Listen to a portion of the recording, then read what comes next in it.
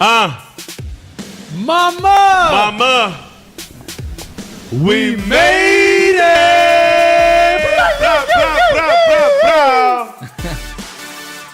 What it do though? Ladies and gentlemen, welcome to the Mama We Made It podcast. We have a very special guest with us tonight. Brought squad with him. You know what I'm saying? Rolling deep. You feel me? Just brought the army with him. My brother Ali St. Q, Ali Karashi, what it do with it? My brother, what's good with you? What's up, man? How you guys doing? Thank you so much for having me on. Hey, bro, it's an absolute honor to have you on. And, taking it back to, actually, you brought it to life the first time we met. It's crazy, years ago. Yeah. Me being the litness test that I naturally am.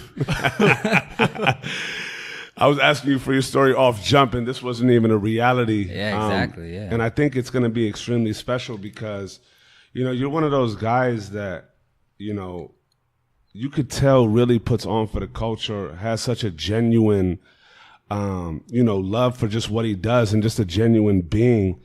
But at the same time, what I really respect about you is you really stay in the shadow of just your own sensibility. You know what I'm saying? And I'm truly honored that we have this platform to really get a glimpse into the road that it is up until today into becoming who this incredible human being is. Thank you for the opportunity to talk about it. And just going to echo what Sneaker Steve said. That intro is really live. I love it. It's crazy to really experience that.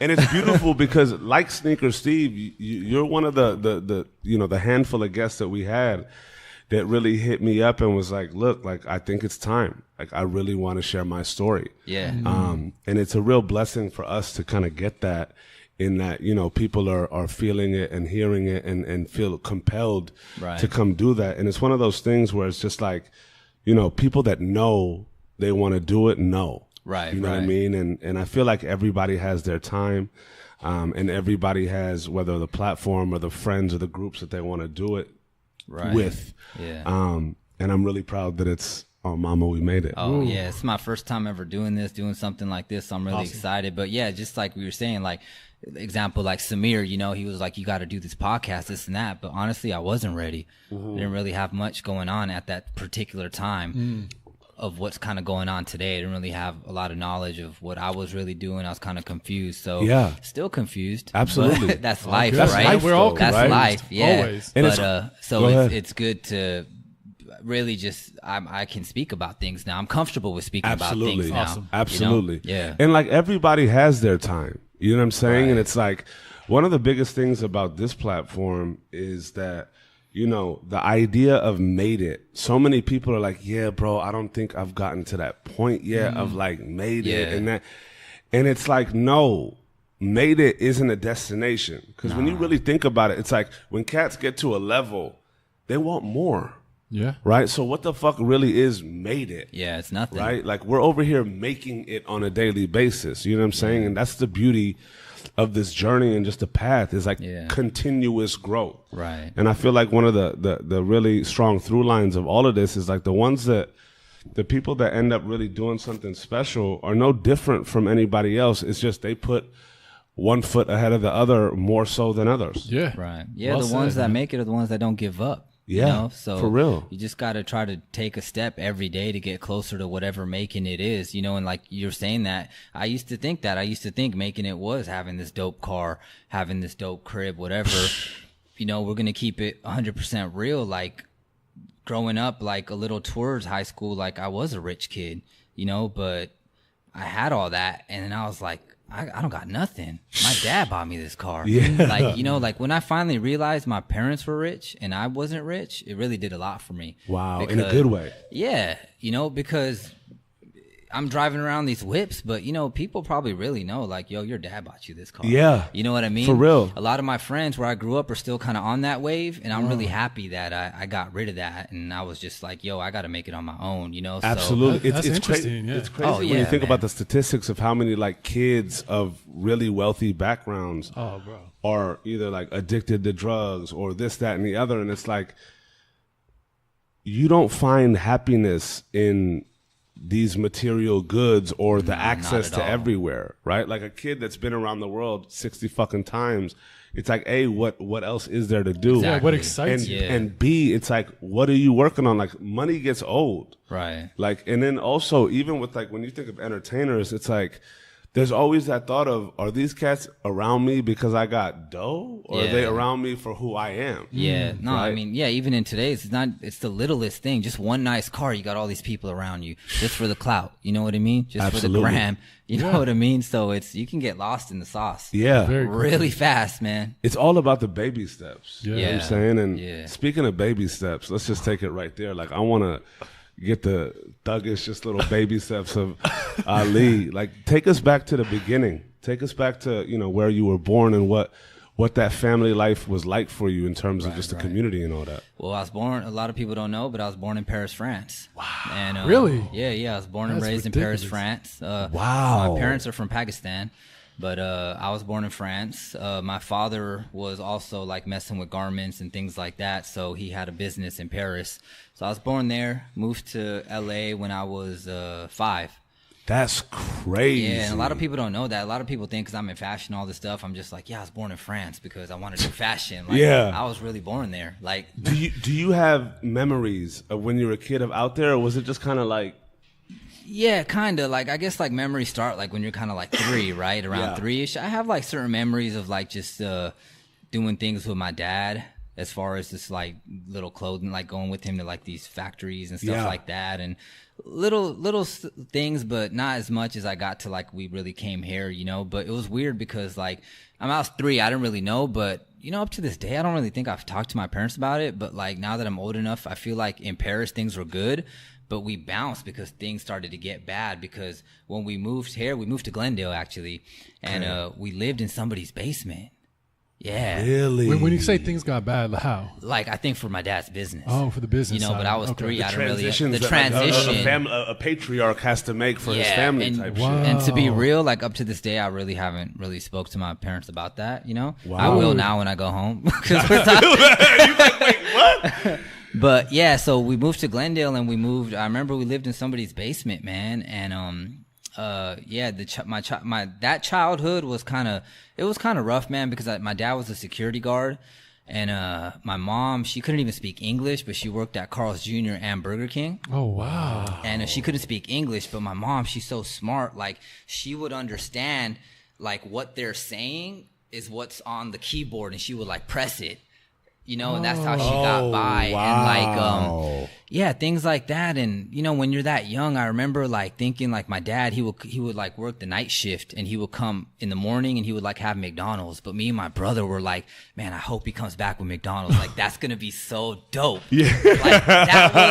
That was making it at that time. Yeah. Right? Yeah. Yeah. So, that part, we were starting to grow up. We lived in Glendale, and we were really poor growing up. It was really tough. You know what I mean? But at the same time, that's all we knew. Yeah. You know what I mean? So, and it's crazy because like as children too, it's really hard to establish poor or fucking super wealthy or all these things. It's like that kid's mentality, and it's like you think of even just like current events and all these things, like we're not aware of these things until we're taught them. Yeah. You know what I'm saying? Yeah. Like as a child, like you're like in a family, and you may not have everything that your friends do. Yeah. But it's still home. Right. You know what I'm saying? So it's really hard to like define until later when you look back and you're like, oh shit. Right. Yeah. Oh yeah. Like that moment for me, like that oh shit moment was like back in the day, like remember like Dyno VFRs, everybody's into the bikes, the VFRs. Do you remember that? Those were like really expensive,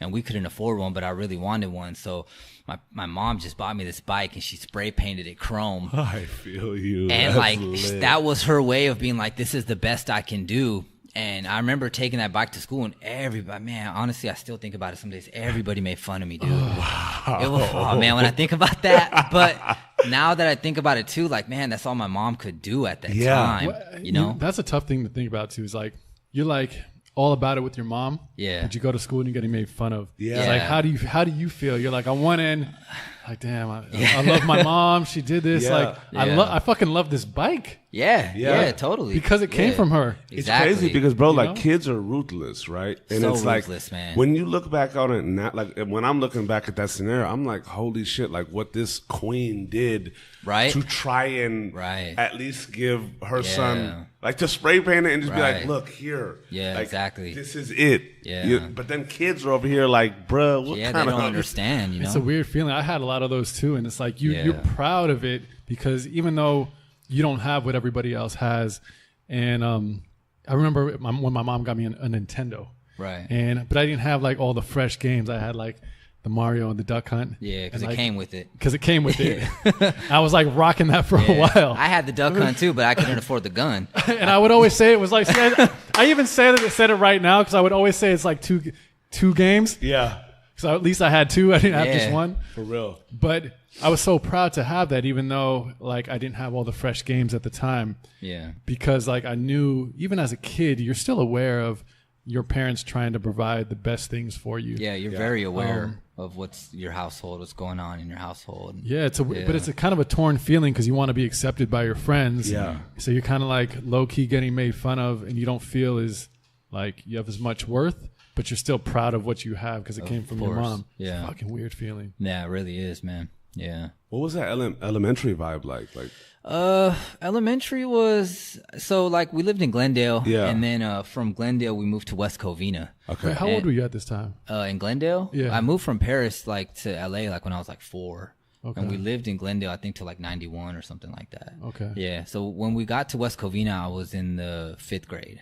okay. Yeah, 5th grade, and moved to West Covina, and things were cool there. Like we. What kind of kid were you? Like, were you in the sports? Like, was Yeah, well, like at that time, all sports, soccer, basketball, and then when I moved to West Covina, I really got into like skating because of my older brother. He was like a total like skater, metal sort of rocker guy. word. And then our next door neighbor in West Covina was this dude named Eric, who I say he's like my older brother as well. Known him for like so long now. They were like the skaters and the rockers. So basically, like when I grew up in West Covina, like in the 90s, Yeah. like even in elementary school, bro, like either you were a skater, a baller, not even like baseball or football, like a baller, Yeah. or just a gangster.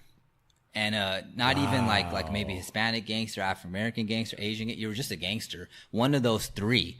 So, and the gangs were really big in the 90s. They were Yes. like really big. Huge. Yeah, like really big. And I was influenced from my brothers because that's what they did, but I also loved to play basketball. Like I was really good at basketball. Like I'm still waiting for the draft to call me. Like, I feel you. You're on the Master P grind. yeah. Like I love basketball. Like people don't understand me. Like I love basketball up to this day. Like, you know, but basketball is really huge for me. But so was skateboarding. Like, you know, so like I was always caught up because at that time you couldn't do everything. It was really like the cholos were like, we're going to break your board. You can't do that.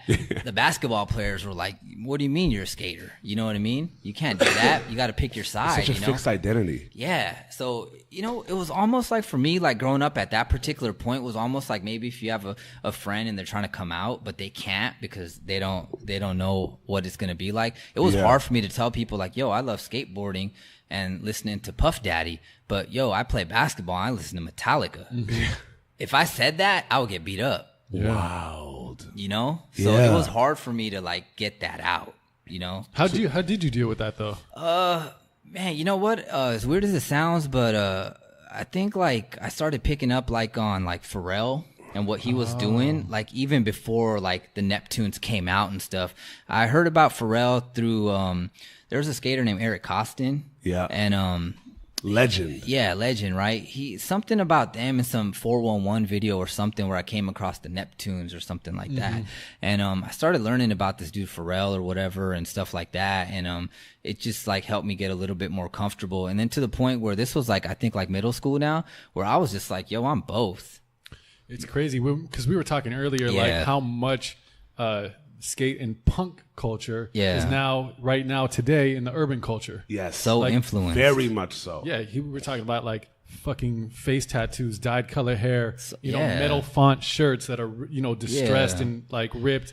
That whole culture is all urban now, and the influence it has. And like you said, when you're a kid, those wouldn't dare cross. Yeah, all the Would not designers right dare now, cross. all the fonts, all the designs are all like metal stuff. I mean, you know what I mean? The Iron Maiden logo has been fucked to death I feel by you. every brand out there. Like even right now, like all these things are like Satan and 666, and like remember like a few years ago, Illuminati was really big. Yeah. He's about to make a comeback. He's like in the design world. I feel like he's coming back, man. I feel in the ether of it all. Yeah, I feel like he's coming back in the design world, man. The eyes like creeping. Yeah, up it's out of creeping back nowhere. up, man. Yeah, man. Shout out to Taz Arnold for all that Tisa stuff. But yeah, I feel like it's coming back. But yeah, it's very influenced from all that culture. So, you know, growing up, that's how I was. I was able to do like both. I was really good at skateboarding, but I was really good at basketball too. And then to the point, by the time I got into high school, like it was just subculture, man. Everybody was like that. Like what me and you were talking about earlier, like it's not new to wear a Metallica shirt and wear Jordans. Like No. we've been doing that. Yeah. This is not new at all, man. You know, I grew up listening to Offspring, Green Day, Nirvana, real. Soundgarden. Yep. Yeah. All those bands, like we love those bands, and I still rock their t-shirts. But sure. people think like, oh, this vintage tee is like a new trend. You know, half the kids wearing these things, they don't know the real bass player of Metallica died in a tour bus in a Yeah. tour accident. They don't know who Lars is. Yeah. Any of those people, they're just rocking it, and it's Yeah. like pretty confusing. You know what I Very. mean? No, it's Yeah. weird like having like I have original Bad Brain shirt from literally Yeah. like the 90s. I still rock, and it's gray, but it was once black. Of course. It's just it's that brown gray. Yeah. You know, when black just turns like what? Yeah. What color? That's not even in Crayola. We're like, For what real. is that? So that That's just Tide old. color doesn't like fuck with it but anymore. see, that's the one like you can put on eBay right now, and a kid will spend like $1,000. Yeah. You know what I mean? Because it's like an original. So. yeah. Yeah, it's Yeah. interesting how much and like how someone like Pharrell who could cross over and like bring it to Yeah. mainstream. Like you Yeah. had those characters come in that really pushed all kids like you because there's tons of kids like you. Oh yeah, yeah. You know real. that you don't fit in. You can feel kind of isolated by picking sides or Yeah. you know you're too hip hop for the Yeah. skating side to skate for the hip hop Right. side and the baller side. Yeah. You're kind of like alone trying to figure out where your real identity is. Right. Yeah, exactly. And like, I never really made a skate video, but I wanted to. But like the little videos we used to film, mines were all like No Way Out, like Puff Daddy and all those things. But then like playing basketball was like, you know, Metallica and Nirvana and just getting pumped. That's a wild dichotomy. Like, Yeah. complete dope. inverse. Oh, of the two totally. cultures. Totally. But it like, that's just who I was. How'd you dress? Man, like I remember my first, dude, I really remember my first day of 7th grade, man, my friend Jason, he used to spike his hair because he was like a punker with egg whites. Do you remember that? Yeah. That's how you would do it. So we got Really? up like super early, and the first day of like 7th grade, I had these horns in my hair. Like I spiked my hair up, and I was shopping at Miller's Outpost, like we're talking about. I used to work there, bro. And I had a Oreo shirt. Yeah. And Dope. some long shorts and some Airwalks.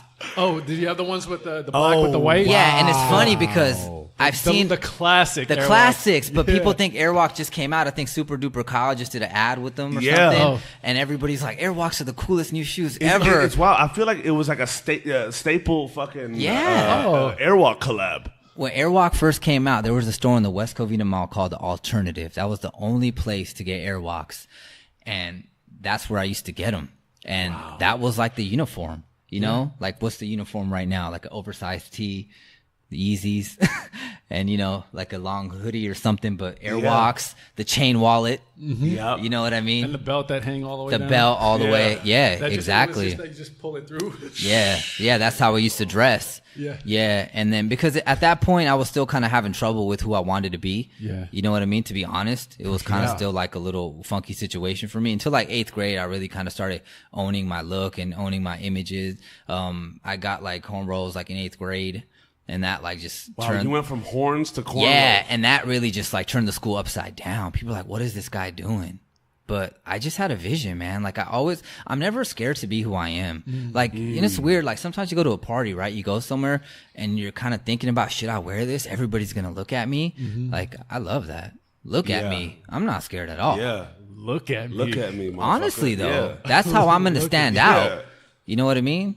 I don't drink, right? So, Yeah. well, here's the interesting thing. Like, I'm always saying Q, right? People think because of maybe fashion or something. I've never drank in my life. Oh, wow. I've never smoked. Never even done hookah. Never. That's why they call me the Saint. So I don't go to the club and buy girls drinks and stuff. But even if I did, I wouldn't, because every guy is doing that to a girl. When I used to go to clubs and stuff, the finest girl there, I used to go up to her and be like, your shoulders are weird. She would be like, what? It would fuck with her the whole night. And then she would come up to me at the, why did you say that? You know, and that's how you would get them. Yeah, for real. Yeah, man. For Because real. every dude is doing the same Thinking about thing. Buying drinks. You Yeah. gotta hit them with something different. How So can I please you? How can I just like Yeah. every single dude rolling up to you telling you So the I best? used to thrive on being different. You know what I mean?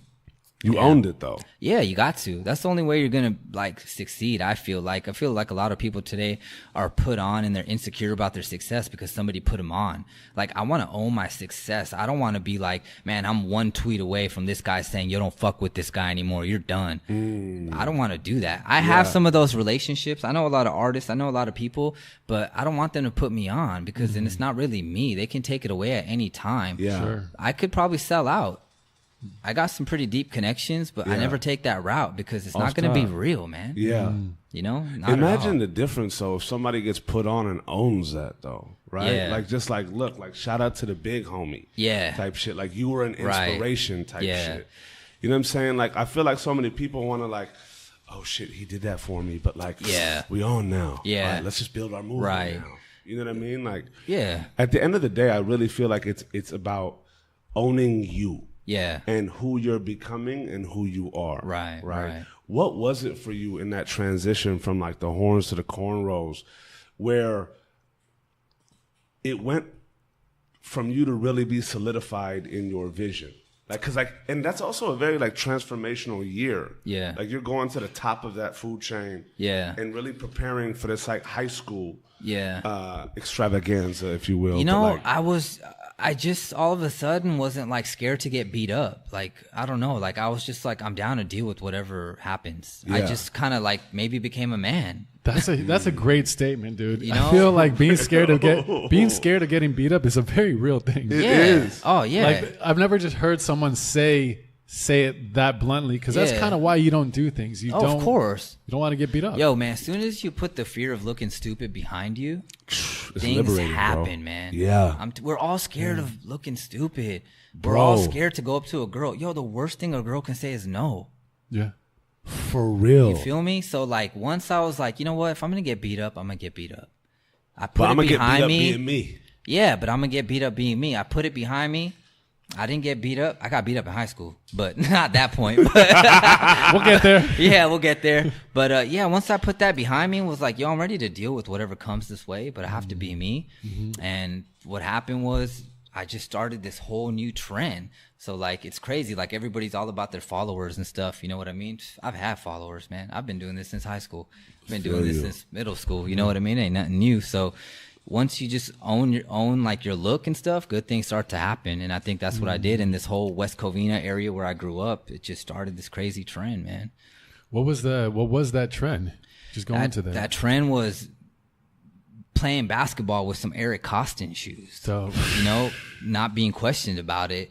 The trend was filming skate videos to Wu-Tang Clan. Like, remember when Wu-Tang Forever came out? Yeah. That first Bomb Atomically, Socrates, Philosophies, and Hypotheses, Respect the Deck. Like, that was the trend. Everybody was like, yo, this is dope. We can all mix together. We don't gotta like fight or have these spats. We don't have to like, these cholos used to come up to us like, we're gonna shadow box today after school. Like, that was the thing. Like, you know, so everybody put all those fears behind them.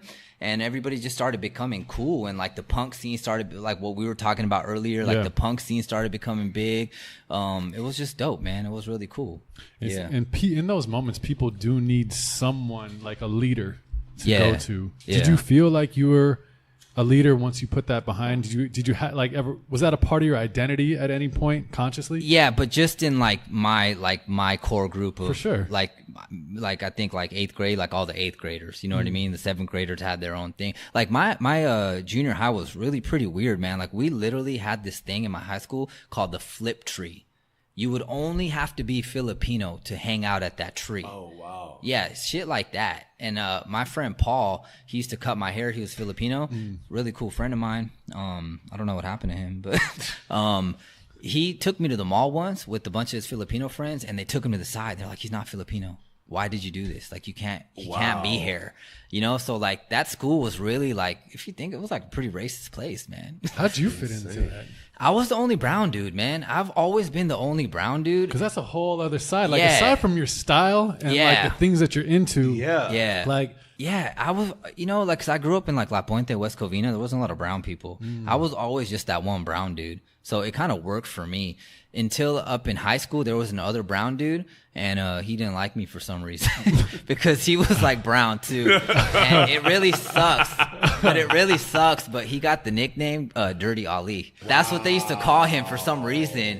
And it was just me and him. But yeah, growing up brown in my area was there wasn't many of us, man. It was kind of weird. You know what I mean? Especially in that area of West Covina. Like, you don't have a lot of like brown folk in that it was just a bunch of Filipinos, a bunch of Hispanic people, and that's all that it was. Well, yeah, I mean, especially in a place where, you know, race does play a big part. Yeah. I mean, it often plays a part in what you're into, like, you know, whether you're a skater or you're a baller, like, it often divides by race sometimes, you know. And it's also one of those things of like just showing the juvenile nature of youth. Right. Like, when you're young, I feel like the need to be accepted is just so strong. So strong, and man. you really tie into whether it's your like athletic group or this, that, the other. And like naturally, the cultures kind of come together and band together just for the sake of acceptance. Yeah. I mean, can we say that that's how it is right now? Absolutely. Crazy, right? Like this feel to be, the need to be accepted nowadays is like crazy. It's wild because it's always been that way. Yeah. Like we're over here sitting here talking about the same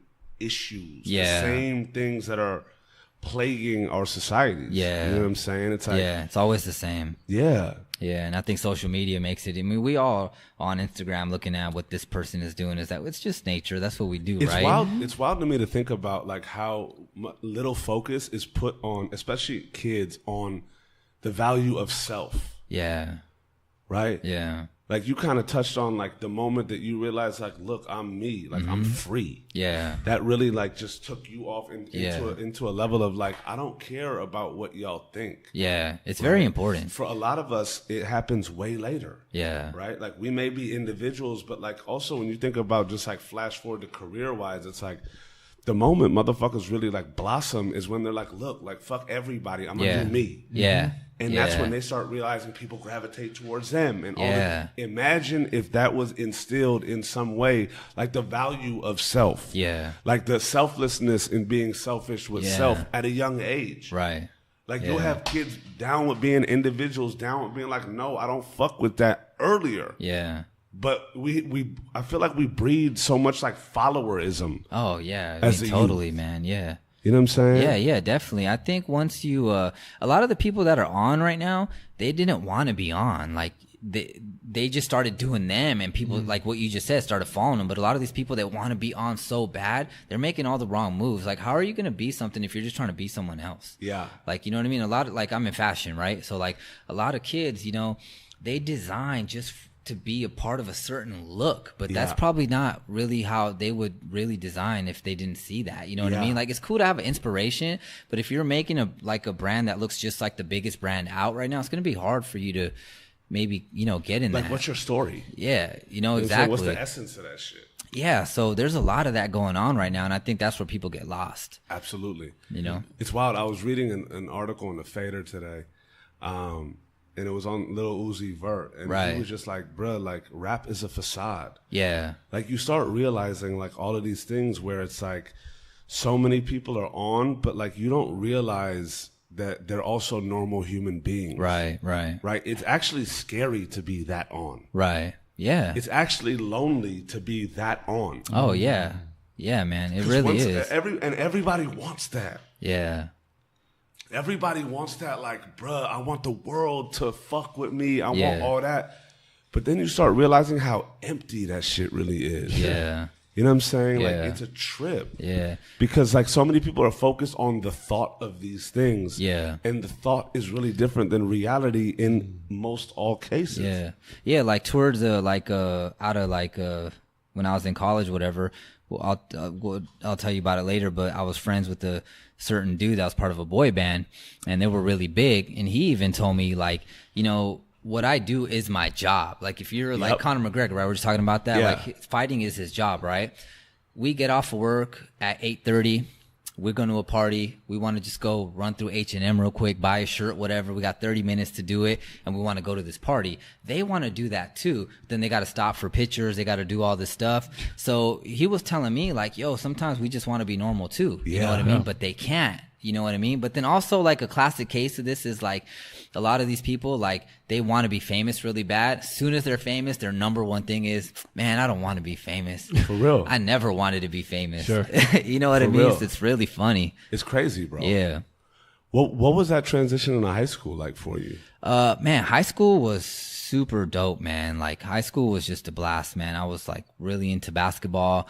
Like talking about earlier, like, towards that end, my parents really, like, got their stuff together, and we'll keep it 100% real. Like, you know, when I was 16, my parents bought me, like, a Lincoln Navigator. Respect, you were Like, thugging. bro, Nav. like, 24. Bro, I wanted a Nav so bad when I was You don't younger. understand, Dude, that Nav. man. Yeah. 24-inch rims. I Wait, had. what year was it? This was like 2000. You had the 24s on them. Yeah, this was like 2000 or something. 2000. 2001 or Yeah. something like that. Yeah. Big body. No, 24-inch rims. I had 15 TVs in it. Stop. Man, all we were doing was listening to Ludacris. I'll be real, man. Yeah. Fat Farm, Averex, Echo, Yep. Dada. Yep. I had cornrows. Me and my friends were, like, living like NBA players. I feel you. It was so dope, man. It was just a really cool time. And shout out to the immigrant struggle, though. No, yeah. Like, no. come out here, like, the first glance was security guard Yeah. and Burger King fast food. Yeah, so after that, man, like, my parents really saved up their money, you know, and they towards like I think like towards like 7th grade, I kind of like 8th grade, I kind of started figuring out, like, my parents kind of had some kind of money. Yeah. I kind of just started putting things together, you know what I Yeah. mean? And yeah, they worked really hard. They started buying some franchises, which was really good for them. And then by the time I was high school, like, I'm gonna be real, man, like, I was just a spoiled rich kid. You know what I mean? Yeah. Whatever I wanted, like, I'm talking, like, man, I used to buy 3 pairs of Jordans. One to wear, one to play ball in, and one just to keep. And, like, you know, Were you aware of this? Like, I just thought I was a rich kid, man. And but you didn't you didn't grow up necessarily Nah, as a I rich was kid. just That's why it's a lost. weird. Like, there's so many kids that are born Facts. into. Factual, I was though. just lost, man. And I thought, like, that's what it was. You know what I mean? I was never like, oh, I'm better than you, I'm rich. It was never like that. But I just, like, asking my mom, like, well, mom, like, I'm going to get 3 of these. And she was like, okay, cool. She wasn't like, do you need 3? Like, it's like, feel you. She was like, Mom, yes, you are. yeah, the deal is just 3, ma. Like, you know, and she was cool with it, you know, and like the FUBU, all that stuff, Yep. you know. Platinum Fubu was the Yeah, look, bro. and then, you know, that just went all the way towards high school, and then even in college and stuff. And then, like, my parents ended up buying a bunch of Baskin Robbins, and I was like the ice cream man. Hold up. Yeah. Oh, you just went from the Nav to the ice cream. The fucking Yeah, Mr. 31 flavors over here. Ali just St. rock- Gucci. Yeah, You know what I'm but saying? at that point, I upgraded to a Range Rover.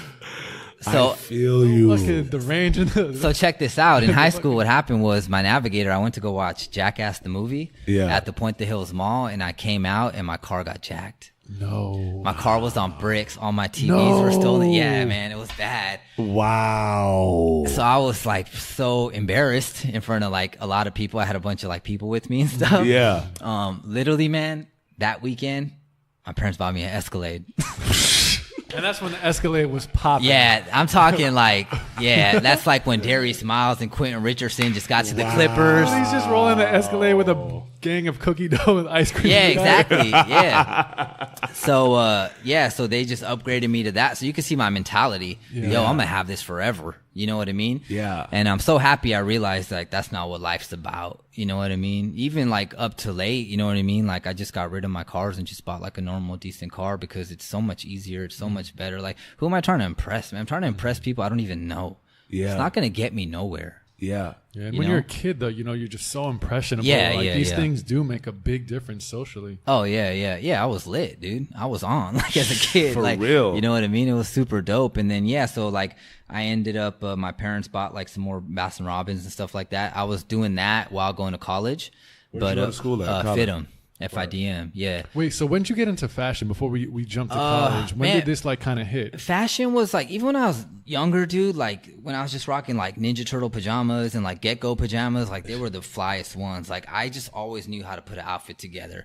Even up to this day, like, people still treat me like it's the first day of school. Like, I go into work, they're like, how long did it take you to get ready? Like 15 minutes, but they act like I lay my clothes out on the bed before I pick it. I can't sleep all night because I'm so eager to get up and get ready. You remember that, right? Yeah. The first day of school. Got your Monday through Sunday outfit planned out. Yeah, like I call my man Hurricane right here and be like, yo, Hurricane, I'm putting this outfit together. Yeah, you always have that first day of school outfit. Yeah. And no one ever really talked about that. It was just something you did. The first day of school was like the first hour. Nobody could sleep. You were up all night. Yeah, for real. You know, it was like that first fit. That first fit coming in just that first fit would define the whole year. Yeah, really this is what I'm about this year. Don't fuck with me. Yep.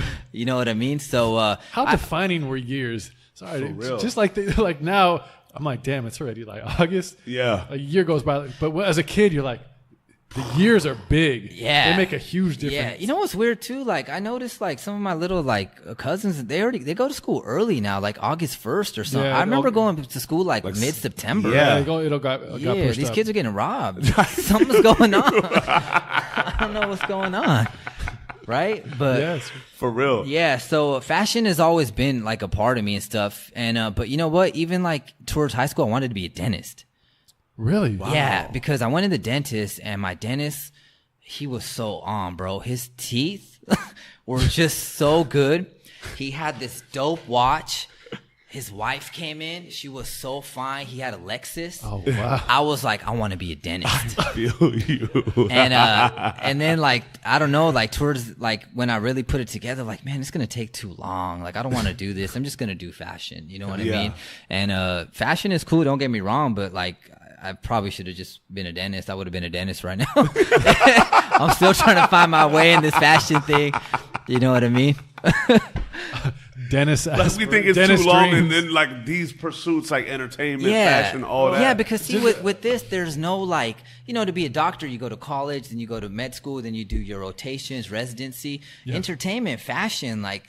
You've seen that thing back in the day, right? Like what people think success is, what it really looks like, the swiggly lines. Like there's no really platform of like go to this school, then do this, and then do that, and then you can have a clothing line. Right. It's not linear. Not at all. Yeah. No. You know? So yeah, so sometimes I kind of go back and forth. And also sometimes I'm like, what do I do to really help people? Like I produce reality TV shows and I'm a clothing designer. Like who am I really helping?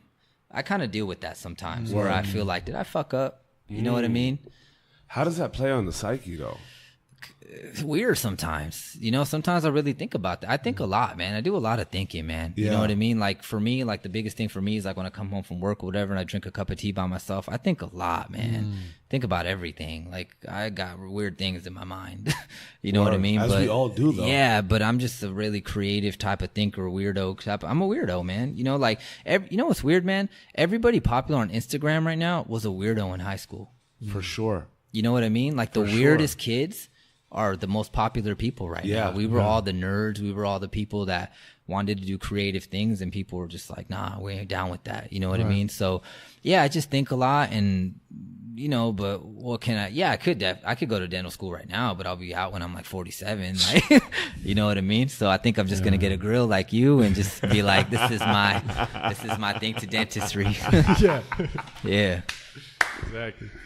So with fashion, you started really diving in high school still? Yeah, in high school, man, I've had so many brands. I had a brand called Player Wear. That was like my first little thing. What was that? Just screen printed T-shirts that said Player Wear. Player Wear. Player Wear. Shout out. Yeah, I even had a because I'm Pakistani, right? So I did these shirts where I put the Puma sign, but I put Paki, like little stuff like that. Yeah. Just little things like that, you know. But and then even like when I started working like at I started going to FITM and stuff, and I met a friend named Paris, who was a really good friend of mine. He was my best friend, and we were going to FITM at the time, and we ended up doing this thing for Adidas Goodyear, and we won best show in Magic in 07. Like a lot of people don't know that. Like it's weird because a lot of people talk about fashion this day and they don't even know that Magic was at the convention center. Like Magic is like, it stands for what was it, Market International Garment California or something like that. Right. You know what I mean? It used to be at the convention center. That's why they call it Magic. So I was going to Magic with my dad when it was down here, you know. So we started doing stuff for Adidas and Goodyear while we were at FITM. Oh, wow. And we won best show at Magic in 07. And that was huge, you know. So from that, we made some money, some dumb money, to the point where my friend Paris dropped me off at Dream Motors right here with the bag full of cash, and I bought a Range Rover and a Bulldog. I feel you. And I went to Beverly Center after Range Rover and a Bulldog. I went to the Beverly Center after that. There was a store called Pet Love, and I bought a bulldog named Heather. Oh, was the Pet Love on the first floor? Yeah. Right when you go up the escalator. Yep. Yeah. And I came home, and my mom was like, "Your friend's car is so nice. This dog is so cute." I was like, "Mom, those are mine." She's like, "Get out the house." I'm out. Yeah. See ya. She was so heated that, you know, you finally made some money in your life and you do these things. Like, what's wrong with you? This is how you lose things. And really sucks, man. I really love this bulldog, but I had no time for it. You know, it's funny, man. My man Hurricane's right here. He works for Rob Deerdeck. I used to work for Rob Deerdeck, but I used to send Rob messages on MySpace because he had Meaty, the bulldog. "Yo, Rob, take this bulldog from me. My mom's going to sell it on the penny saver." I don't want my mom to sell it. And one day I came home and my mom sold it. Oh, Wow. I bought it for like $5,000. My mom sold it for $500. Wow. And she didn't even give me the $500. good for her. Yeah, my mom came Better up. for you. And you know how I think a lot, I was telling you? Yeah. I still think about Heather all the time. Wow.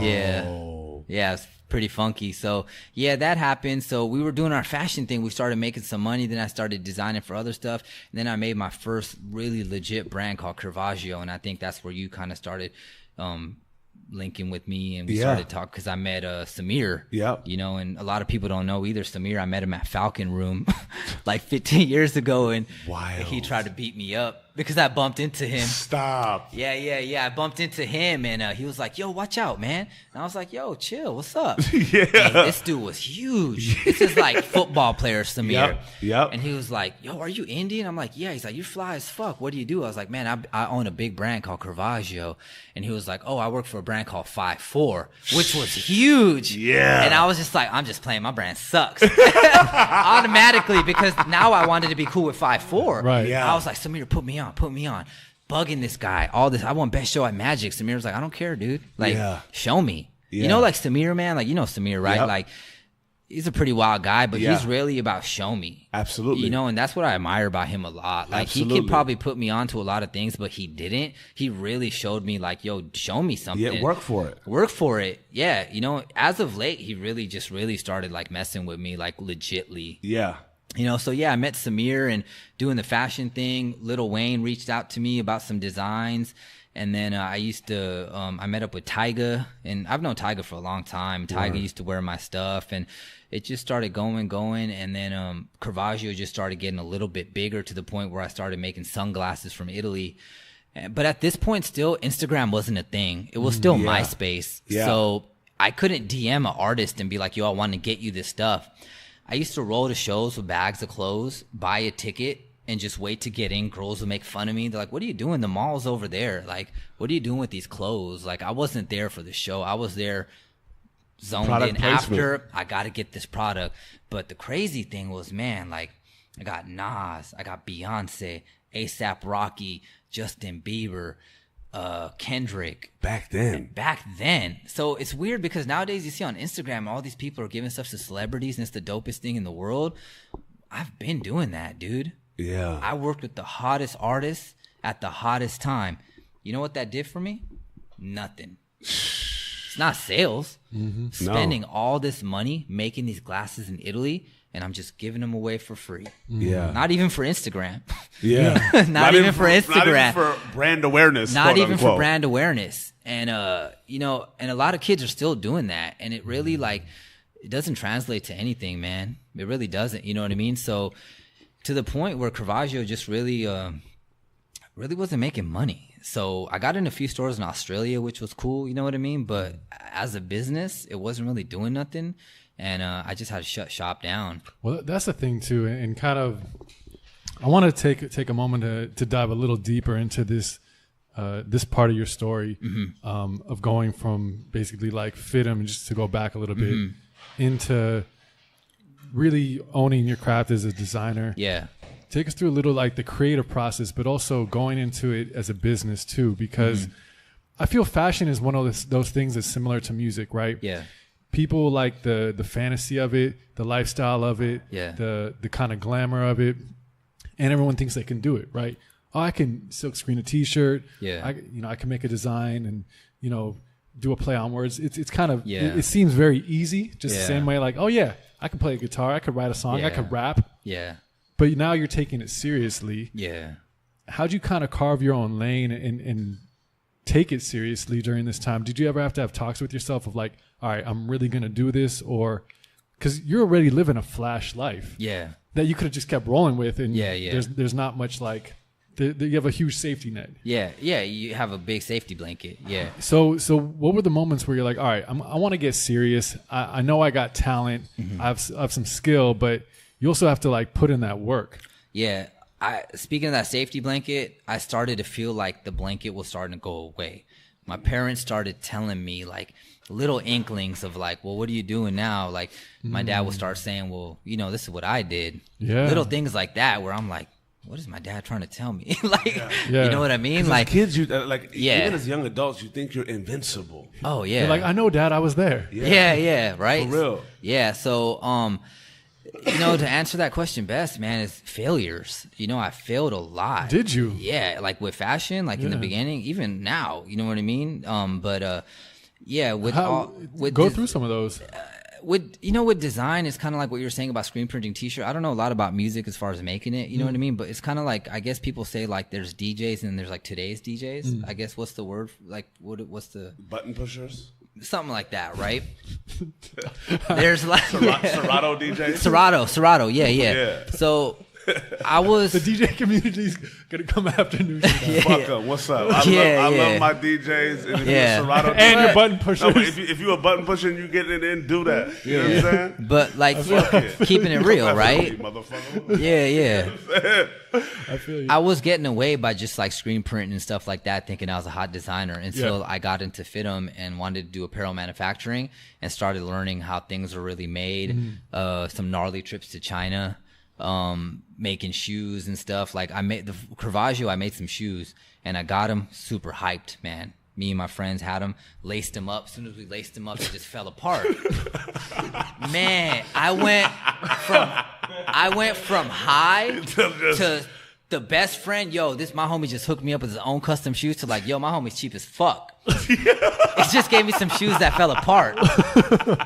Man, it was so bad. So like, just you had to learn how to make patterns, how to sew, how to do all these things, Go and through the sample go through the process. sample process. We ever like, And they damn, get this you is every time. Get It's you like, every You time. can send them like literally even to this day. It's so hard, Like you'll man. send them exact specs. Yeah. And it'll take 4 samples for them to Yeah, get it. I mean, it right. happens every day. Like we're doing some stuff recently, and I made these hoodies, and they're supposed to be royal blue, and we went to the place to get them made, and they were like North Carolina blue, and the dude was just like, "No, they're royal." I'm like, "Nah, Like, man." what fucking royal are these? Yeah, like so royal under you the still sun? deal with those little things, but yeah, a lot of failures, man. And you have to like doing that whole Goodyear thing was cool because we got to work with some people at Adidas who really like showed us what the correct way was, how to do things, how things were really made. Like you got to make like 20 samples to get that one fit right, things like that, you know. So at that point, like at FITM, I really learned how to become a real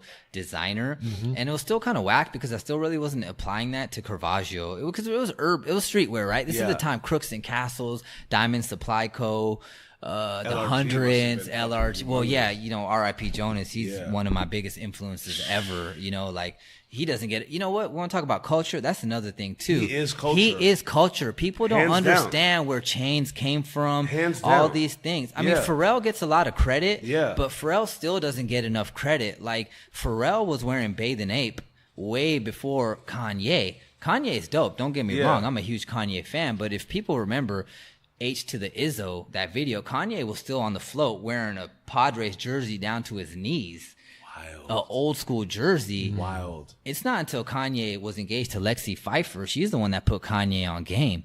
But Pharrell was doing collaborations with Louis Vuitton way before Kanye. Pharrell, he gets credit, but like him and Jonas were really like visionaries. Jonas was a fucking visionary, bro. He was the best, like, man. You know what's crazy about thinking about that is like I was in Orange County like Me as too. a kid at right. that time. He was from there. Yeah, and like it's crazy because you know, one of the first stores that put LRG on was LS&S.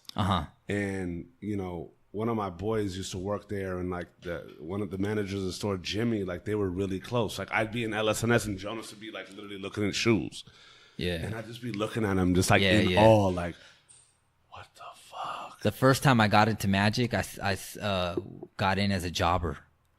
What's that? I don't even know. It was like I still don't know. It was like the lowest. You couldn't be, not a buyer, not an exhibitor, just a jobber. Like I don't even. I still have that badge. I'm gonna look it up today. But and I seen Jonas with Ben, and they had the chains and the colored jeans, and I talked to him. He was super cool. Ben was Hollywood even back then. Like, don't talk to me, whatever. Okay, cool, man.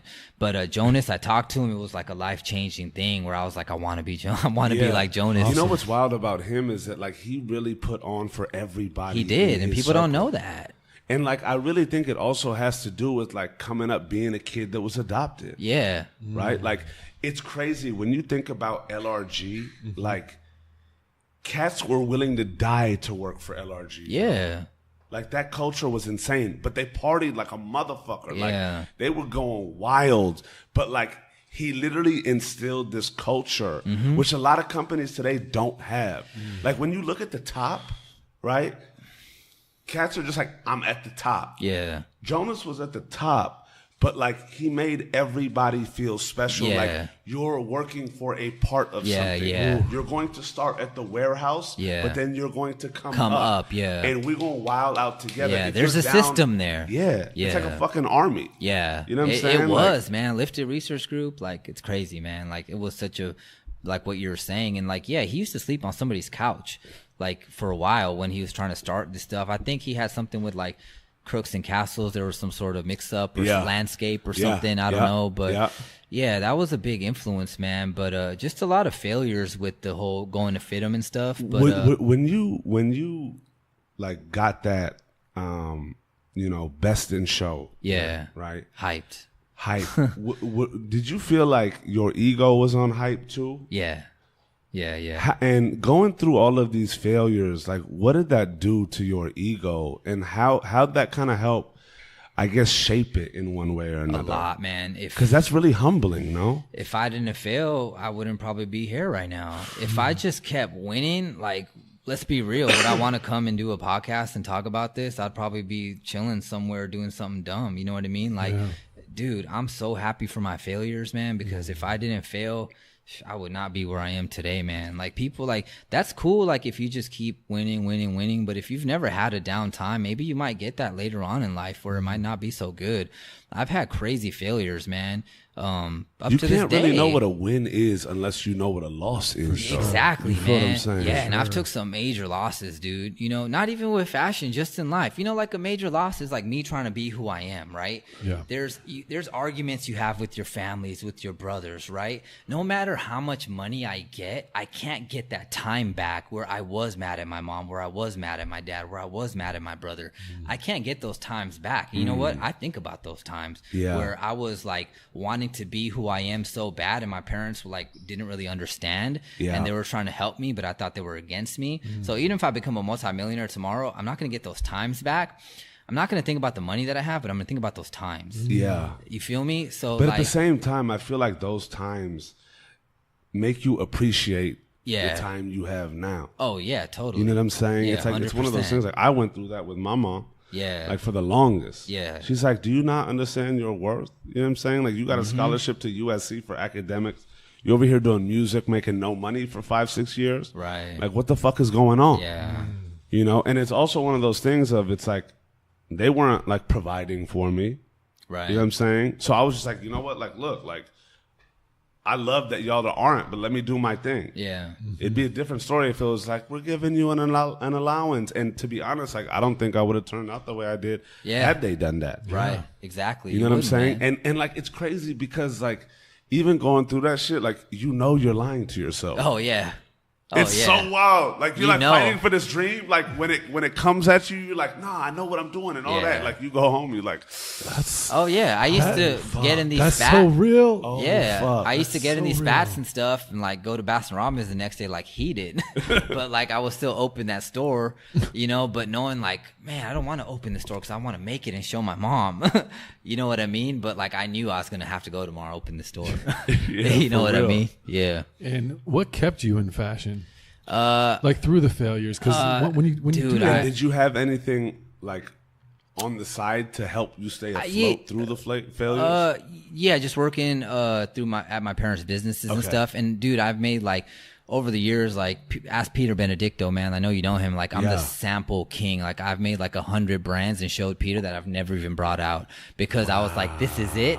And then, nah, this is not it. This is it. Nah, it's not it. Wow. Ask Peter, man. Real, Watch. Yeah. And, but he's an amazing motherfucker. Oh, he's but the best, Peter is man. literally one of the most genuine, like knowledgeable and caring dudes. He's like literally uncle to he is, the culture. man. Yeah, he's an OG. You know, I'm very lucky to have like Peter and Sneaker Steve and Javier, even you know what I mean?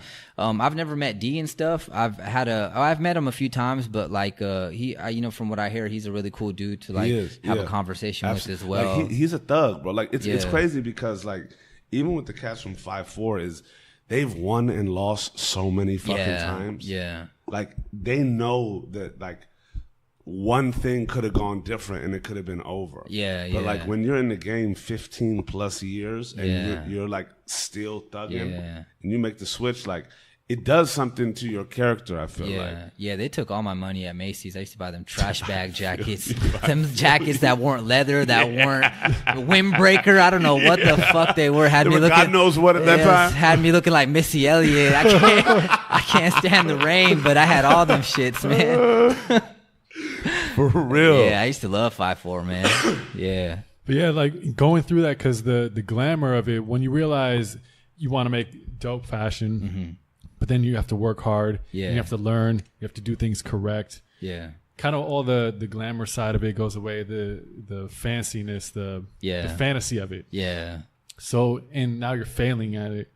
What kind of keeps you going though? Like hope, super driven, knowing that eventually I'm gonna get there and I can't fail because I'm like tormented to create, man. I'm tormented by it. Like I have to create. I'm a very creative person. Like I've said, I've had a lot of failures, but like even if I'm really low, man, like I keep a winner's mentality. Like inside, I'm a winner, man. Like even when I take the trash out, like trash days, like Monday, right? We take the trash out on Sunday. Like, no, I take it out on Saturday. Because if somebody else on the block took it out before me, I'm heated. I feel you. But that's just me. You know what I mean? So just hope of I have to do this because I want to do this. And how do you balance that and you know, it's one of those things where like, yes, that winner's mentality, like focus on that, but also that can really break somebody's psyche. Yeah. Because if you're focusing on the winner's mentality and knowing that you're not winning, like it's one of those things to believe it, right, and achieve it, but then there's also one of those things where people are telling themselves they have it, and it's like you honestly have to tell yourself you have it so long until you finally do. You know what's weird, man? Like I get down a lot. You know what I mean? We all do. Absolutely. You know, some people are vocal humans, about it. bro. Some people are not. You know what I mean? I'm pretty vocal about it. You can ask some of these guys here.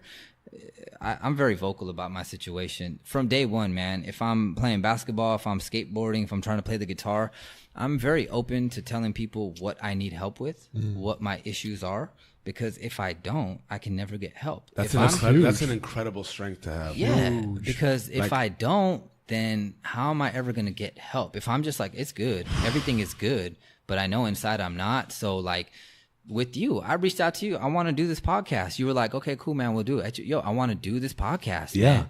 You know what I mean? So, absolutely. Yeah. So, I get down a lot, but you know what's weird, man? God is crazy, because I'll get really down and I'll get a message from somebody and that message lifts me up. I'll be really down and something from my brand would just blow up. Like, it's really weird, man. But like, God is really there. You know what I mean? Yeah. And like in the most randomest times, he'll pop up to be like, yo, don't give up. I have a lot of those weird little moments, dude. Yeah. So it's God. It's a lot of hope and just like not Faith, giving bro. up. I've came this far. You know what I mean? So, and then I look at everybody else. You know what I mean? Like, yo, they're doing it. Why can't I do it? I mean, I am doing it, but it's taking me a little bit longer, but that's my path. Especially in this day and age where you have, you know, and I've been talking about this a lot, is like everybody's out there. We're in an age where everybody's out here showing their best life. Yeah. Right.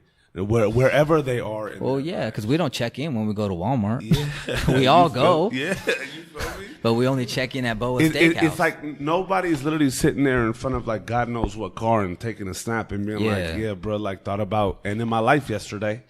Yeah. Or like sitting there on a PJ being like, yeah, I'm on this, but like I don't know how I'm gonna pay Bow Wow rent tomorrow. challenge. Yep. Like, you may be on the PJ like drinking bubbly with your boy and you're getting evicted the next day. Yeah. Nobody talking about that. Yeah. Like there's a level of like vulnerability that's like shielded in this world of like instant gratification. And let's just, it's crazy how these platforms allow people to mask their inner being. Yeah. But then it really becomes like, who the fuck are we doing it for? Yeah. No, yeah, exactly. We're doing it for everybody else. And once you realize these people don't even care about you, man, you're like trying to stunt on some people that you're probably never even going to You're stunting cool on with. ghosts. On ghosts. Yeah. You're literally stunting on ghosts. Yeah. Like when you're 5 years old and you look back at your life, whether you can look back and smile or you look back and just start being like, God damn, what the fuck did I do? It's only you. Yeah. Nobody that you were thinking of is literally sitting there being like, hey, bro, like, it's okay. Or, yo, man, like, what'd you do? Yeah. All those people that you thought of. Yeah. If they're really thinking about you, what the fuck are they doing? Yeah. No, exactly. You know, man, something really changed my life. When Jay-Z said, I'm a pimp by blood, not relation. When I heard that shit really changed my life. Because how many people can really say that today? Yeah. They're relations. I'm on because of this dude. Ever since I heard that, man, that thing is in my head. I think about that every day. Every day. I don't want to be on because I know so-and-so. I want to be on because of me. And that's why it's taking me longer to make it, but I'm really set on doing that. Yeah.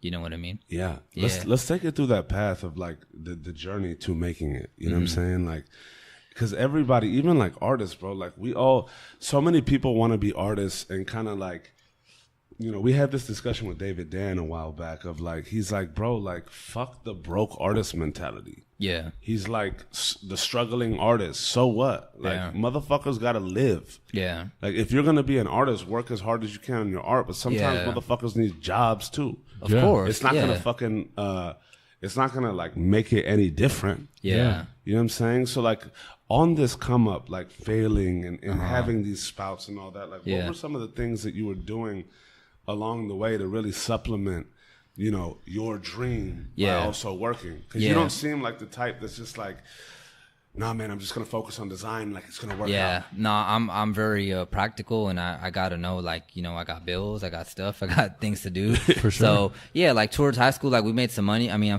college, like we made money doing the good year, and then doing designs for a lot of other people and stuff like that, companies or whatnot. And then I also, you know, was like doing the whole Baskin Robbins thing, and that was honestly like the coolest period of my life, man. Like being the ice cream man. Like up to this day, like we do a lot of cool things, right? Like we work with these artists, we do this, we get into these shows, whatever. But yo, being the ice cream man was the coolest period of my life. Tell us about that. I got the most girls in my life being the ice cream man. With your 31 flavors of just like what it do with it. I would be. You want Just dishing out free samples. Hey, can we? So many triple scoop Yeah, over can here, we just get? yeah. Can we get that Craig David song on? What's your flavor? Remember that? Shout out to Craig David, man. Damn, but nah, I would know soon as a girl walks in what happened to her. She got fired from her job. Her boyfriend broke up with her. Oh, wow. She was wearing all black. Like, what's up? I could just tell. She would come in. Can I get a single scoop? Upgrade her to a hot fudge sundae. Oh, 2 scoop sundae. That's the move. She's looking like, how can you do that? You just work here. Then I hit him with well, my mom owns the place. Right? Then, right? Woo. On top of that, then it's like, and you can have this for free. That's when you get the number. Yeah. It's over. Yeah. So, man, I was telling you earlier, I was friends with like somebody that, used to tell me it's lonely at the top, whatever. So in Diamond Bar, B2K moved in. Remember B2K, Amarion, Marcus Houston? Of course. For some odd reason, they moved to Diamond Bar. Wow. They came to my Baskin Robbins. We all became tight. There was a club in Diamond Bar called Scribbles. The weirdest club ever, but there was a club there. So we used to go to this club and stuff, and then we started like, we can't take these girls anywhere after. Like, I don't know, we just had I still live with my parents, right? Whatever. Yeah. We would drive around the parking lot, ask these girls like, yo, you guys want ice cream? They'd be like, shut up, perverts. Yeah. They'd be like, what are you guys talking about? Hey, you want some ice It sounds super shady, right? It sounds really weird. So very now creepy. that I look at it, I'm like, yo, you're a creep, bro. Hey, girl, you want some ice cream? Yeah. So like, what? It took a while to get girls like, okay, cool. We started getting girls to the Baskin Robbins. This is like 2:30 in the morning, 3 in the morning. Open that store up, have music blasting. Wow. Check this out. We had this all planned. Around 3:30, B2K walks in. Marcus Houston walks in. Amarion walks in. They lose their shit. Because these guys were huge at that time. Yeah. Yo, this thing turned into Club 31. Wow. To the point... Flavor. Club 31? Club 31. To the point we were getting hit up. Yo, it's Club 31. And you know what's crazy? Wow. My closest friends in Diamond Bar didn't know about this because I kept it from them because I was just on my like, this is about me and B2K. My bad, friends in Diamond Bar. But Club 31 is popping. Club 31 was popping. Pick a flavor, B. Until my mom started catching wind of it. And she started asking me little questions. I was like, nah, Mom, I don't know what you're talking about. People started diming us out that there was like a after hour spot going on here. And it was the dopest spot to get into. Did you guys ever have run-ins with like the cops in that area? Well, yeah. Sometimes the cops would come. I'd be like, yo, I own the place. This is the keys. These are just my friends. They were pretty cool. You want some ice cream? Cops were cool, you know? Yeah. And they're like, well, as a matter of fact, I've been dying for this bubblegum place. Yeah, no, exactly. Yeah. They would just be like, yeah, yo. It's definitely the bubblegum. You know that Jamocha almond fudge? My wife loves that. Yeah, here's a pint. Take it, dude. You want a cake? Take it. Whatever. And yeah, Club 31 was popping till my mom finally, she hit out. Of course she did. And that's that brown mother though. Where'd she hide out? She hit out. She was like to catch a predator on a motherfucker. Yeah, it was like Dateline NBC. She hid out across the street at CVS and caught us, man. Oh, wow. she was running surveillance. Yeah. And Club 31 got shut, and that's. My mom sold the store. She was heated. Oh, wow. Yeah. What was that like for you? It was pretty scary because for a while I was kind of like, this was my future, just like running these businesses. Yeah. And I was cool with that. And now that I think about it, man, I'm so happy that it happened because like I would hate going to like these businesses every day. Like right now, I work for MTV and I do this line. Like my office is different every day. I get to see different things. I'm here this day. I'm here that day. Like if I still had these businesses, I'd be going to the same thing every day. Yeah. So I was happy that happened. So when that happened, I really kicked into gear. Obviously just worked at MTV because that's a cool job. You know what I mean? Did you have that in the pipe? Like, was that already like happening, or was it one of those like, holy fuck? Like, was your mom like, you done with this? Like, fuck all that. Yeah, my mom was like, go to dental school. Like she was like, hey, remember because fashion wasn't really popping off. Like, how old were you at that time? Probably like my 23 or something, 22 or something like that. And this was even that you had like these little successes that were actually big. You made money. You were working with bigger people. Yeah. you were taking pretty big strides in the fashion, but it wasn't really like it launching. wasn't. Yeah, it was like cheap thrills, right? It was just like, what do you say? Like it stopped the bleeding. You know what I mean? That's kind of what it was doing. It was just like stopping the bleeding. There was nothing where it was like, this is really good. Like a real legit like advancement. And yeah, exactly. Nothing, little stuff, whatever. So then we just, my brother kind of started getting into production. I just took that serious and ran with that. And that's a really cool field as well. And then it kind of just came hand in hand, still doing design, doing all these things and just waiting for the right time. And then like as of late, I launched a new brand. And it's been about I think 5 months or something. And it was just the right time for me to do this, get my mind right. So when Club 31 shut down, though, I was devastated.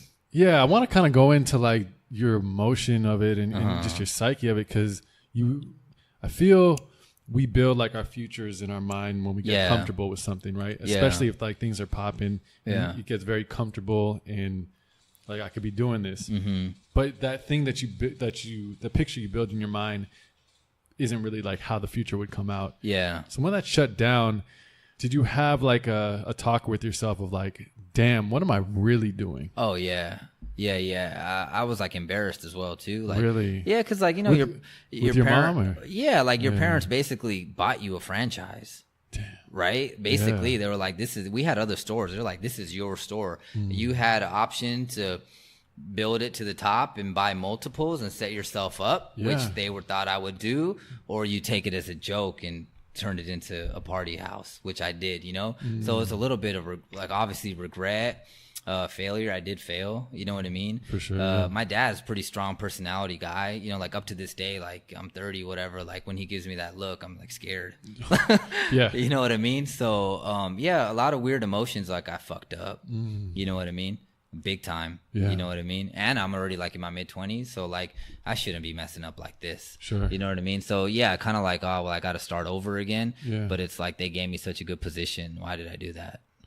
Damn. Yeah. And where was fashion at this point? Fashion was just designing for little, random people here and there, doing some stuff for Lil Wayne, little projects, this and that. But that was more oh, meet me here. You can get a picture. It wasn't money. Why don't you think it was popping off more? Just looking back on it. Cause I knew it was, even at that age, I knew this wasn't real. I'm not going to work with Lil Wayne forever. He just wants these little things for free. You know what I mean? It wasn't an actual thing. Going to Lil Wayne 9 to 5, I'm going to this job every day. I could have, we could use 5'4" for an example. Maybe I could have, I'm a good designer, right? I could have got a job at 5'4", I could have did something. But honestly, man, I'm such a creative dude where I can't box myself into design the way other people want me to design. And what do you mean by that? Yeah, isn't that a little bit of a setback? It is. It really is. But it's just I'm so being stubborn is fucked me up a lot. You know what I mean? Can you define that though? What you feel other people want you, the way other people want you to design, and your process. Yeah, meaning just if I'm working for 5'4" and they wanted me to do these jackets and put the logo this way, I'm just gonna be nah, man, the logo has to go this way. It can't be like that. But the thing is, they're 5'4", they're a multi-million-dollar company. They know what they're doing. Yeah. I'm the designer. You're a cop. I'm a designer. You tell me what to do, but I can't do that because I'm so creative. Where I'm just it has to be my way. Otherwise, I can't do this. I can't have a job as a designer for another company.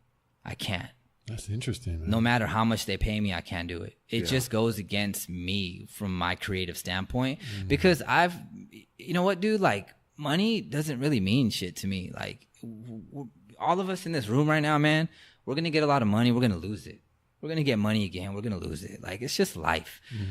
You just have to get past that and you got to be happy about what you're doing. So me going to working for Gucci or something every day, whatever, we'd be making money, it would look cool, but I probably wouldn't be happy. And that's important to me. You know when what was I mean? it that you started really focusing on your happiness? Because it's a real big balance between that happy and also being able to live a certain lifestyle. Yeah. That kind of allows you to evolve in your happy. Yeah. Right? I don't know, man. I really don't know. I don't really spend too much time thinking about just my personal happiness, which is kind of weird. I think it's just like this, especially for somebody that like owns it like that. I would think the opposite. I actually would think you would think well, I mean, we're all like kind of like, you know, like depressed in our own little ways. We have our own little battles and stuff like that. And like you could ask this guy, like I'm always calling him being like, yo, I'm down right now about this stuff, but I'm vocal about being down. Like that's when incredible though. When I'm happy, to do that. Oh yeah. I do these dudes, I call them all the time. And like things are going good, but I'm just like, well, this is what's going bad. Yeah. But if I don't tell you what's going bad, how are we going to fix it? Yeah. You know what I mean? So like, I don't know. I think I put a lot strength though, bro. Yeah. No, like, yeah, dude. Like even when we think about it, like that, just that concept, like one of the essence of this podcast, like that vulnerability to set you free. It's crazy because with me, even when you met me, like all that time, like everybody saw me as like Noosh, the music cat, like getting it done. And I'm sure you heard it from Samir, like, oh yeah, you know. Yeah. But like, I was so scared. Like, it got to a point where I just wanted to dip out of all of that. But I was so scared, and I was also so loyal that I was like, "What if I'm not as good as everybody thinks I am? What would I do?" Yeah. Like, I was just attaching that identity, and like, I had nobody to speak to about it. Yeah. Like, it's a trip when you think about everybody was coming to me with that talk. Yeah. And I just talked to them like, whether like to myself through them. Yeah. And they'd be like, yo, bro, that talk we had 6 months ago be like, right. You changed my life. And I'm over here like crying inside. Isn't that weird how we have the answers and we help a lot of other people, but we can't help ourselves? Like, it's a common thing with it's weird, right? The moment that, very weird. Yeah, but that has to do with the fact that I was literally basing my self-worth on how I felt other people perceived me. Yeah. It wasn't me trying to create a character. Well said. But it was me validating my being based on like, oh, word, like you see it that way, like for sure. Yeah. And the moment that it changed, and for me it changed later. Yeah. Like for me it changed like 27. Right. You know what I'm saying? Like I was always the kid that it was like, don't worry about Noosh, she gonna be good. Yeah. You know what I'm saying? But like the moment that my self-worth literally was validated based off my reflection in the mirror, that's when it switched up. Right. Right. Right. But that is like, you have that freedom within yourself to be able to call your boys that you're close with and be like, look, bro, like I'm not feeling like this right now. Like, I'm feeling down right now. Yeah. I'm always like that. But that's a freedom. Yeah. That's an ability to be able to really like open yourself up and know that you're not going to be judged. Yeah. When in essence, you're really not, because so many of us are going through that in our own worlds, and they're just like the moment I started doing that, bro, is the moment where everybody around me felt comfortable being like, bro, me too. Yeah. And I'm just like, oh shit, what? Yeah, I know. Right? Yeah, like, exactly. oh shit, like I thought this about this person and you gonna tell me that? Yeah. Well, bro, let me tell you about what I went through. Right. And it's a liberating feeling. Yeah, it is. Yeah, it really is, man. 100% about that. For real. Yeah. I think it's just a lot of like waves, a lot of ups and downs that we go through. And I don't know, man. I don't really know what happiness is. Like, you know, like it's different for everyone. You know what I mean? Like you have a lot of like Kobe Bryant or something, right? Like sometimes like they have all the money in the world, but they can't win a chip. You know what I mean? So like sometimes you have a lot of money, but then you have other problems. You have other problems. You don't have a lot of money. Like it's always something. So like I think happiness is just every day. Like maybe happiness is going through every type of emotion in a day. Like, you know what I mean? Like if you feel everything, then maybe that's good. And you know, like my dad says, like any day where you're not 6 feet in the ground, I guess it's a good day. Yeah, I think a lot of it comes with just trying to accept things. Like being at one with the shit. Yeah, I found the more I can accept things about myself and just life is instantly like I feel just more relieved about things. Yeah. Whether it's good or bad. Look, people that chase happiness, I think often think that that means not to have any problems. Right. But then you just like set yourself up for failure over and over again. Right. And you just feel like you're depressed because you're not always happy, always on. But if I met someone that was always happy every second of the day, I'd be like, you're very weird. Yeah. Like, are you human? Yeah, but that's how it is. You know, like we have these people like that are like so positive, and I get it. It's good to be positive. For sure. But like some people are like so positive it's fake. Like, you know what I mean? Like, and that kind of throws me off. Like you'll randomly see like somebody post on Facebook like, oh my God, I got like a $550 ticket today, but I'm so blessed for this ticket because if I didn't have this ticket, then I wouldn't. You know what I mean? You're like, shut the fuck Yeah. up, And it's just bro. like Just be angry Just because be- it, it's Yeah, okay. bro, we know good. you weren't like, Yeah. thank you God for this. It's okay, ticket. you know. I think the more It's- you, yeah, it's like it's okay to be angry, you know. And it's Totally. also like for me, like my biggest thing, like a good deed, like a good deed dies when spoken of. So like you do stuff for homeless people, keep it to yourself. Yeah. You do stuff for, you know, you give somebody something, keep it to yourself. Don't do it to blast it on Facebook and be like, I did this for somebody. Yeah. Sure. It's dead. You know what I mean? I feel like there's a divide with that, right? Yeah. Like, because if that's done for self-validation, Yeah. that's exactly right. Yeah. Right? But if that's done just to show others that you can do it too, Yeah. and it just sounds different. Yeah. Of course, You feel yeah. what I'm saying? It's a different Yeah. message. But yeah. like, if you do that just to show others, like, bruh, look, like we can all give. Yeah. That's one of those things where it just becomes different. And I feel like there's an authenticity to everything, right? And, you know, so many people try to, you know, I guess make up for voids in their lives by expressing all of this shit. Right. You know, and then others are change agents where, like, I think of like AJ Roland, for example, with hashtag lunchbag. Right. And He it's owns like, the parlor, right? Yeah. Great dude. And man. like, that's big bro Yeah. to me. And it's crazy because him and J-Dub were two of the only people like that I was really able to just be like, bro, I'm so fucking lost. And it was wild for me because during that time also, I was looking at AJ Roland like, motherfucker has the keys to the city. Yeah. Right? Like AJ is one of those people that knows everybody. Yeah. First time I met him, he was making like holograms or something. Yeah, bro, like Yeah, such an who the fuck does enigmatic that? figure. Yeah. Right? But at the same time, he was so open with me about his struggles with his being, Yeah. right? His struggles with finding his own. Yeah. And that allowed me to open up to him. Yeah. You know what I'm saying? Like, and I remember like us having these talks and just all these things, and it's like, hashtag lunchbag just came out of one of those moments where it was just like, bro, like I want to give back. And it started, and then it was like, yo, let's change the perception of giving. Right. Right.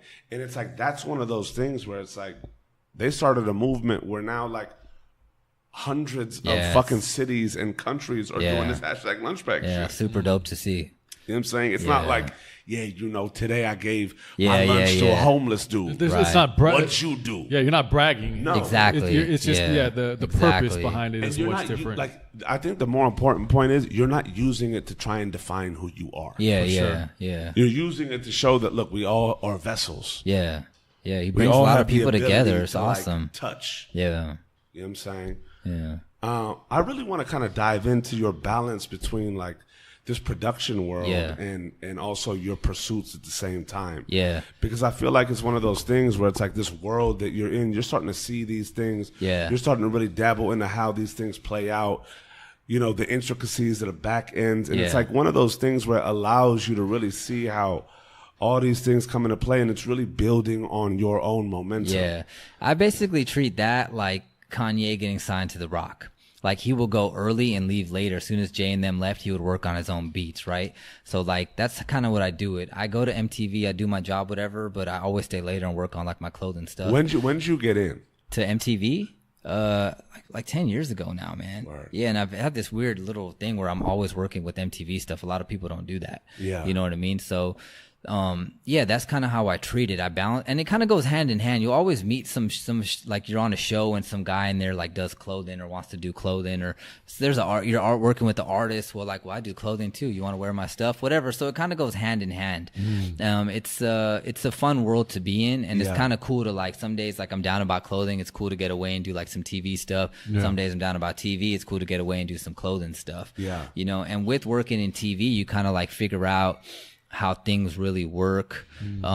Maybe you want to like make your own production company one day. You figure everything out. It's a really cool learning process of like how a different world works, you know, and you have like an inside track on it, you know? Absolutely. Yeah, it's really TV is really cool. There's like some weird moments in it, you know what I mean, like what we were talking about earlier, but it's also just like a fun job to have, you know. What were some of the earlier projects that you were working on? Man, one of the first things I did was like Parental Control and like Next. Remember that? Wow. Of course. Yeah, Next. Did some episodes of Date My Mom. Did some stuff for The Hills. A lot of VMAs, some VMAs and stuff. And then I was a PA on Robin Big once. And then, yeah, when that whole thing started, you know, it's funny too. I met Rob and Big were outside of MTV one day, and I noticed them, and they just look like characters. I didn't even know who Rob Dyrdek was, and I grew up skating too, but like I don't know why I didn't know who he was. And I was like, yo, man, are you trying to get a TV show? And he's like, I don't know, man. Let's see what happens. And here we are like 15 years later. He's like Mr. MTV. Wow. Yeah, Rob doesn't really know it, but I've had some weird interactions with him, and he has no idea it's me because I met him like later down in the years where I had like a beard, and he just doesn't really know who I am. And he calls me, what does he call me? Sheep surgeon or something? I don't remember he was calling me that for a while or something? Yeah. You remember that? Oh, yeah. But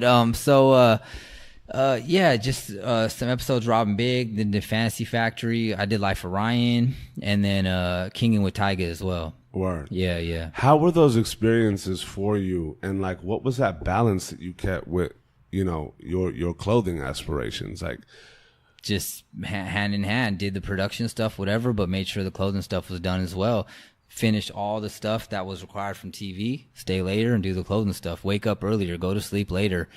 Just that was the only way to do it. And what was the progress in your like brand work and just fashion work during those times? No progress, because I was like making samples, being like, this is it, and then deading it's not going to work. Just making more samples. I've literally been making samples like for the last 5 years. I own so many fucking domain names. Why do they end so quickly? I just see that it's not going to work. Like, you just see it out the I have a vision, man. Like, I have a vision of like what people are going to start wearing, what they're doing, how it's, you know what I mean? And I can just be like, you know what? This is probably just going to make some quick money, but it's not going to last. So I don't want to do it. You know what I mean? Because I'm making money. I'm working for MTV. It's all good. I don't want to just make a brand and then have it go away. You know what I mean? I don't want to just make a big box brand like that. You know what I mean? Sure. And then also I think I just like to create, you know what I mean? So it's fun creating all these like little brands, but then they don't work out, but they just keep going. But all those little things help me get to, you know, my brand right now, Norwood. So it's been a good transition, you know? Yeah, it's funny. It's like when you write songs, if you talk to artists or songwriters, have thousands of songs that you'll never hear and never get released. Yeah. It's crazy. And full songs, fully produced, Yeah. like tracked vocals, layers, everything. And they're like, all right, no. Yeah. Ever. And then the album comes out and it's like legendary but it's such a huge part of the creative process is going through that. Yeah. But also I think balancing of, do I just put content out? Yeah. Because the quality of it is kind of subjective anyway. Yeah. Like I really don't know what people are going to like flip on. I don't know what people are going to like, even though I may not think it's great. Maybe the world does. Yeah. Or is it just fear that holds back? Yeah. Kind of go through those things. I imagine the same kind of it's a little bit of all those fashion. things. Like, since you're a music guy, you know what it is? It's like I'll be designing something and it looks good, and then the last piece would be like a bridge to a song. But the bridge sounds totally different, but it sounds really good. Yeah. So I'm like, this bridge could be a whole new brand. Oh, yeah. So let's forget about this. Let's I'm just gonna rearrange it all. I'm just going to go with this bridge. Yeah. I'm going to turn this bridge into a whole song. Yeah. And then it's a new bridge. Yeah. You know what I mean? Exactly. That's kind of like how it is with that. I see, yeah. But, you know, I don't like sit there and be like, this brand could have been big or not big, whatever. It's just like, you just create, man. Just going through you the just process. keep going through the motions, going through the stuff, and also learning all these samples and stuff I was making. I was like learning stuff, failing at stuff, learning how to do this dye process, wash process. How do these things work? And it takes a long time to It learn takes a those long things. time, dude. And like, you know, for a while, like I probably couldn't be like, yeah, I could do that. But now I'm like really confident as a designer. Like, yeah, I can do this. I know how to make this. I know how to get that dye done. I know where the wash house is. I know this process. process. Like, I'm very confident right now. How much of a factor is confidence? Dude, a lot, because nowadays you gotta like be this guy, right? Because, you know, like when I was coming up with clothing, like besides Jonas or something, like to be the face of a brand was tough. Like, not everybody could do that, but now it's a big part of it. You know, like look at Jerry, right, from Fear of God. Like he runs his brand, he owns his brand. Like, he's very good at being the front man. And I think he enjoys that. Me, you know, I feel like I really wouldn't want to be like that. Like, I want my clothing to be to speak for itself. I want to be like kind of behind the scenes now, because it's more about the clothing. It's not about me. You know what I mean? But you got to be confident for sure, because you got to like, kids want to see somebody that's, you know, comfortable in being them or whatnot. You know what I mean? Nobody's going to believe you more than you do. Yeah, exactly. Like, that's just a fact. It's like being like the lead singer. I keep throwing the music analogy. Yeah. I'm trying to connect those dots, though. Yeah, it's like being... That's the vulnerability to that creative process, right? It's because even in music and fashion, you're not on until you're on. Yeah. Right? Like, you look at an artist like a Russ. Yeah. Right?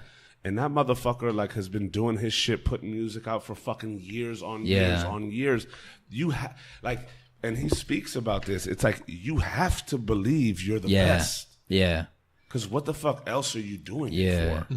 Right? Yeah. If you, like, people look at it as cocky, but like, you have to There's a difference, man. You have to have that level of confidence. Yeah. Because if you don't believe it, who is? No, yeah, exactly. And the moment that you're on, it's like, it's literally the momentum of every single move you made along the way. Yeah. You know what I mean? I'm very confident, but like, I don't want to be the lead singer of the band. You feel me? Like, that's just how it is right now. But yeah, it's totally different. Being cocky and being confident is two different things. Like, I'm a very confident person, man. Like, all these guys that are big in fashion right now, I respect them because they're doing what I want to do. Yeah. But the respect stops there. Like, I don't want to be cool with them. I don't feel like I have to be cool with all these guys in order to make it. Yeah. Where a lot of kids think that we have to be cool with Jerry from Fear of God to make a brand. Like, I have to be accepted by him. I have to follow him. Yo, on my Instagram, I don't follow anybody I don't know. Yeah. There's no fucking blue check marks on people I follow. The only famous people I follow, I really know them. Yeah. That's just how I am. I'm not going to like follow people and do all this stuff to try to make it. Yeah. I'm a very confident person. Like, I'm not intimidated by nobody at all. My mentality is Conor McGregor. It took him a while to get into the UFC, but when he did, he cleaned that division up. And that's my mentality. I'm not intimidated by nobody. I'm not scared of nobody. When I do go into a room and a lot of these people are there, I let them know that I'm there. Was there a switch for you that like that, or was that how your mentality kind of has always been? There was a switch. I always kind of like, I'm a super nice dude, whatever, but I always played this like super nice guy, like always like, thank you so much, like I'm so happy to be here, to the point like I deserve to be here. I put in work, like, you know what I mean? And that was like the switch for me, where I feel like I should be here now. I'm not here because I know so and so. I'm here because I should be. Yeah, and I put the fucking work in. And I put the work in. And I'm confident in my work now. I'm confident in my abilities. So I could, like, you know, walk the walk now. Before I was just talking, but I could walk the walk now. And that's only because a lot of the shit I failed at. You know what I mean? Did you have mentors along the way? Yeah, man. I think just like my mom and dad, just awesome. I mean, dude, they came to America with nothing and two kids. They couldn't speak English. Like, we lived in somebody's basement. Like, they're like the greatest like mentors ever, you know? And then, you know, like people like Jonas, and I mean, I don't know Puff Daddy, I don't know Mace, but they were like some mentors too. Like, you know, I woke up one morning and saw More Money, More Problems. That video changed my life. Word. I was like, what are these red suits, a red and white hat? I want to be that. You know what I mean? Yeah. A lot of just mentors in that sort of sense, you know, that give you a little bit of confidence. And then even people just like, you know, like Sneaker Steve or like Samir and all these little people like that you know in your life that are doing what you want to do, and it's cool that you can reach out to them. You know what I mean? Absolutely. And they'll give you little tips. Like Steve talks to me all the time about certain things. So does Samir. Yeah. You know, and Steve's been through it all. Yeah, dude. Yeah. Steve's had it, lost it, had it, lost it, had crazy. It. Yeah. Up, down, up, down, up, down. Yeah. It's been, especially listening to the whole thing. It's been crazy. So it's crazy, right? It's a really crazy story, man. So like behind every smile, there's a story. Oh, yeah. And it's like, you can look at somebody and you really understand like you don't know them until you do. But see, that's the cool thing about you guys giving people these platforms, because in clothing, I feel like it's like a lot of the people that we do clothing or like music, we come from like pretty crazy backgrounds, not so fortunate, right? And we struggle. But as soon as you make it, it's this mentality of like, oh, I've been eating steak and shrimp every day. You haven't been, but then you start putting that on, you know what I mean? So it's cool. We can come here and talk about our story of how it really is. You know, like for example, right now, this thing going on with my brand, like we created this whole IKEA thing, you know what I mean? And, it's I want to take us through the original, like Norwood starting. Okay. Cause I feel like your brand is also at a point where you're doing really cool shit. I want to know the beginning of Norwood, right? Well, and like its development into IKEA, like the IKEA the first? Nah. So so Norwood is, when I moved to West Covina, I grew up on Norwood Street. That's Norwood. That's the name of the brand. So Norwood was that confusing street. What are you? You know what I mean? Are you a skater? You a baller? You a gangster? It was hard to be whatever you are. Norwood is basically no labels on life. It's a house party. Anybody's welcome. You know what I mean? It's not like you got to skate and listen to hip hop. You could play ball and listen to hip hop. You could do everything. I'm not going to look down upon you because maybe you don't fit the description of my brand. You know what I mean? Like we all shop on Fairfax, right? We go into Stussy. Those people look, sometimes you go in these shops and they look at it like, what are you doing in here? There's nothing wrong with working in there, but if I buy something, I'm paying to keep the lights on in here, right? But they give you these dirty looks like, why are you guys repping my stuff? You know what I mean? So, you know, and a lot of people fake these stories like, yo, man, my brand is about unicorns that never had shoes growing up. So $5 of every shirt goes to this one unicorn. Like these crazy, like, you feel me though? Like these crazy, like, shout out to the unicorns. Shout out to the unicorns. You get me though? Like this crazy fake story. For real. Like let's concoct this. Let's sit there and brainstorm. But Norwood is really what it was the street that I grew up on. It was hard to get accepted, but you only got accepted when you became yourself, when you owned yourself. That's when people accepted you, because it was respect. They wanted to respect you when you respected yourself. You don't gotta lie to kick it. You know what I mean? And that's what Norwood is about. So I really just was stumbling about doing this stuff until I was like, yo, the brand is Norwood. You know what I mean? And that's what I'm going to run with. That's what my story is. That's where I grew up or whatever. And we created it. And the whole thing with Norwood was like turning like objects into hoodies. So like we turned a moccasin shoe into a hoodie. Things like that, because that's my creative process. Like I'm seeing this chair of yours right here and I'm just like, yo, that would be a dope jacket. You know, I'm seeing this like leather couch and I'm just like, yo, that would be a sick pair of shoes. Shout out to the leather couch. Yeah, shout out to the leather Korean store. You know what I'm saying? That hurricane's just been sitting on for like hours. I got a great deal on all these. You're gonna have shout out to my Korean. You're gonna have a den on that couch when you leave. But that's my mindset of design. That's how I view things. So that was a big part of Norwood. You know, but Norwood, you know, all of our fabrics are like imported from Japan. Everything is really made in downtown LA. It's not just said it is and it's made in China. My uncle owns a factory in Pakistan. He does stuff for Zara, H&M, a lot of stuff. I'll be real. I have no minimums. I can make 10 or I can make 10,000. I probably spent 20 grand more making everything in LA right here in downtown because I just wanted to be real and not lie. Why is that? You know, man, as of late, there's a thing where like if it's not made in America, it's not selling. That's what it is right now. Everything wants to be made in LA, made in America. And that's cool too. Also downtown, man, like in the last 4 years, they have so many more dope capabilities that we didn't have a few years ago. And you can get everything made in LA now. Man, trims, fabrics, buttons, whatever. You know what I mean? So I got with some really cool manufacturers. Actually, this little kid, Jesse, man, is this kid in downtown. He lives in El Monte, really dope dude, man. And he does some of the dopest work. And I work with him and some other people. And you know what's crazy too, man? I'm not going to say names and stuff, but a lot of my designs, I started making stuff at this other place that's kind of bigger. And the dude making my stuff would be like, yo, this brand came in and they want to buy this design off of you. Big brands. Oh, wow. They want to buy this off of you. And I was like, nah. But it's funny because a lot of these brands are always looking at, you know, littler brands. So, and it's crazy in the fashion game because it's like so much of it is just like take and adjust. Yeah. Like, and you have such big brands with the capabilities to just infiltrate. And it's just like, oh, that's cool. Yeah. Let's just switch that up. Yeah. And they could just take the essence. Yeah. We're just trying to do everything organically, man. Like a sense, like you could say like the way it works right now is, man, you could say like it costs 20 grand to make a brand, right? For example. Yeah. Cool. 20 grand. You're going to give 10 grand of that away to celebrities or these SoundCloud rappers or whatever. Yeah. And then you're going to pay 5,000 to get on Hypebeast. Then you're left with 5 grand. What did you really do? Was there a point to do that? Yeah. No, right? But that's how kids are thinking. It's very expensive to make a brand. Yo, so I get a lot of messages on Instagram. Yo, man, you're whack. You made the IKEA stuff. Yo, your shit is whack. You're an IKEA designer. Okay. I made a lot of money off this. And you know what I made a lot of money off of? A 99-cent bag. For real. For real. Straight up. Did you think of that? Exactly.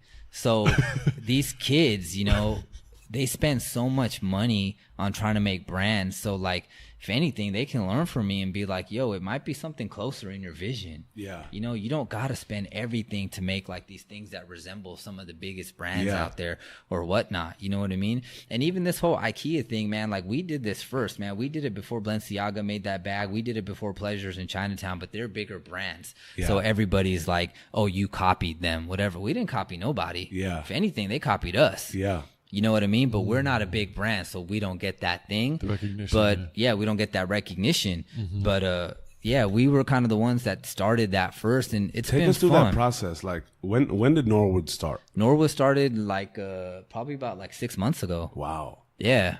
So it was the idea of brewing? Yeah. The idea was brewing for a while. Yeah. I just was taking the right steps, this and that, until finally, you know, actually what happened was, I had some people in it, one of my homegirls and some other people, and they just kept lagging me, man. They just kept holding me back.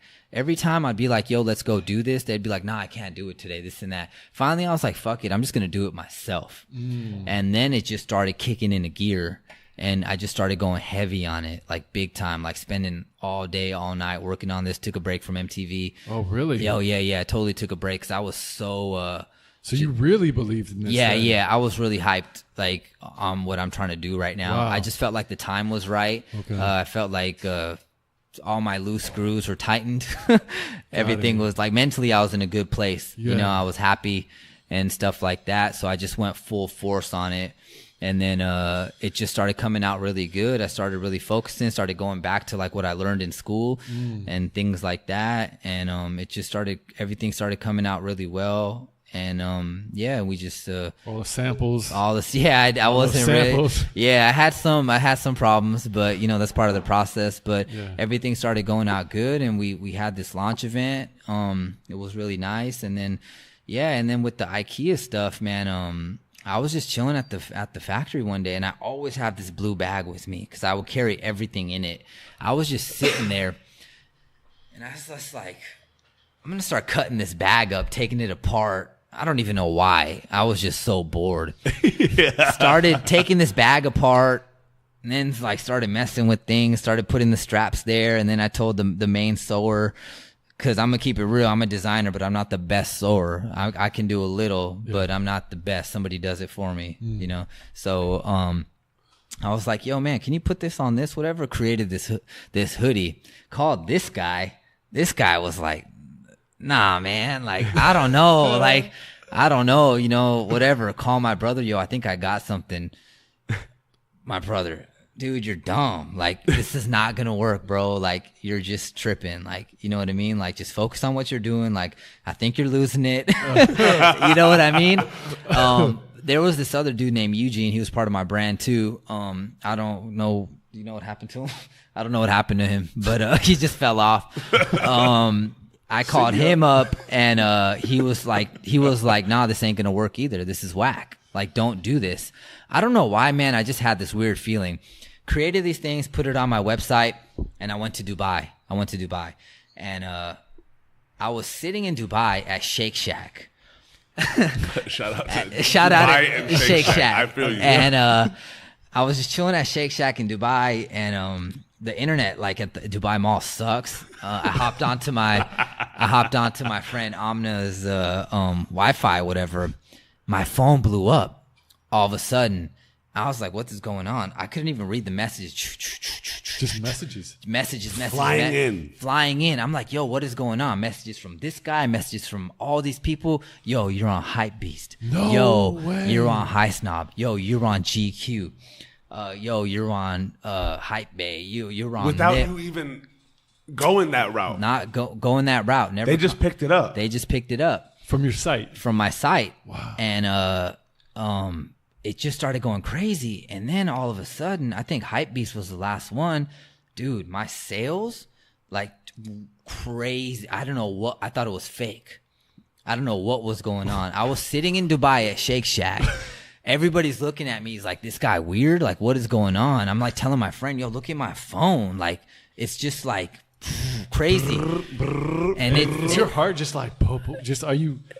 You know what, man? To be 100% real, I almost wanted to cry because I was so happy, not just for me, but happy for Pablo, happy for my friend Sona, who's a production manager on this, happy for my parents, happy for everybody involved with me, because I never really got on blogs before. And, you know, blogs approached me after I did launch my brand. Yo, man, we love your stuff. Your stuff is dope.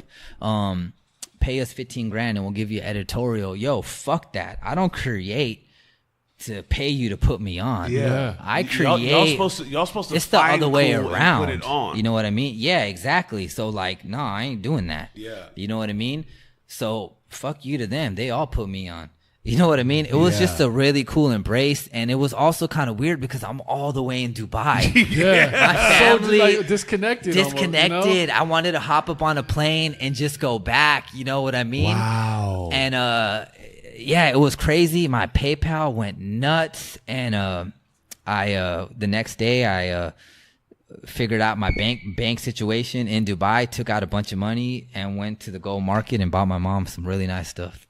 There you go. Yeah. No Range Rover and Bulldog. Nah, this time. nothing. I just bought my mom some cool stuff. Because Shout out to Heather, wherever you are, baby girl. Heather, man. Heather, wherever you are, you in a better place. Yeah. I hope she's still doing good. But yeah, and it was just crazy. And from there, you know, it just started going really well and stuff. And, you know, like for me, man, I really feel like nowadays fashion is very dramatic, man. It's very serious. Like I've heard some designers have bodyguards, and, you know, me growing up as a kid, even when the Hundreds and Crooks were out, Nick Diamond and D and Lucci, I think from Crooks, or even Ben and Bobby, you couldn't really approach them, but you would catch them at the Rosewood store. You would catch Nick.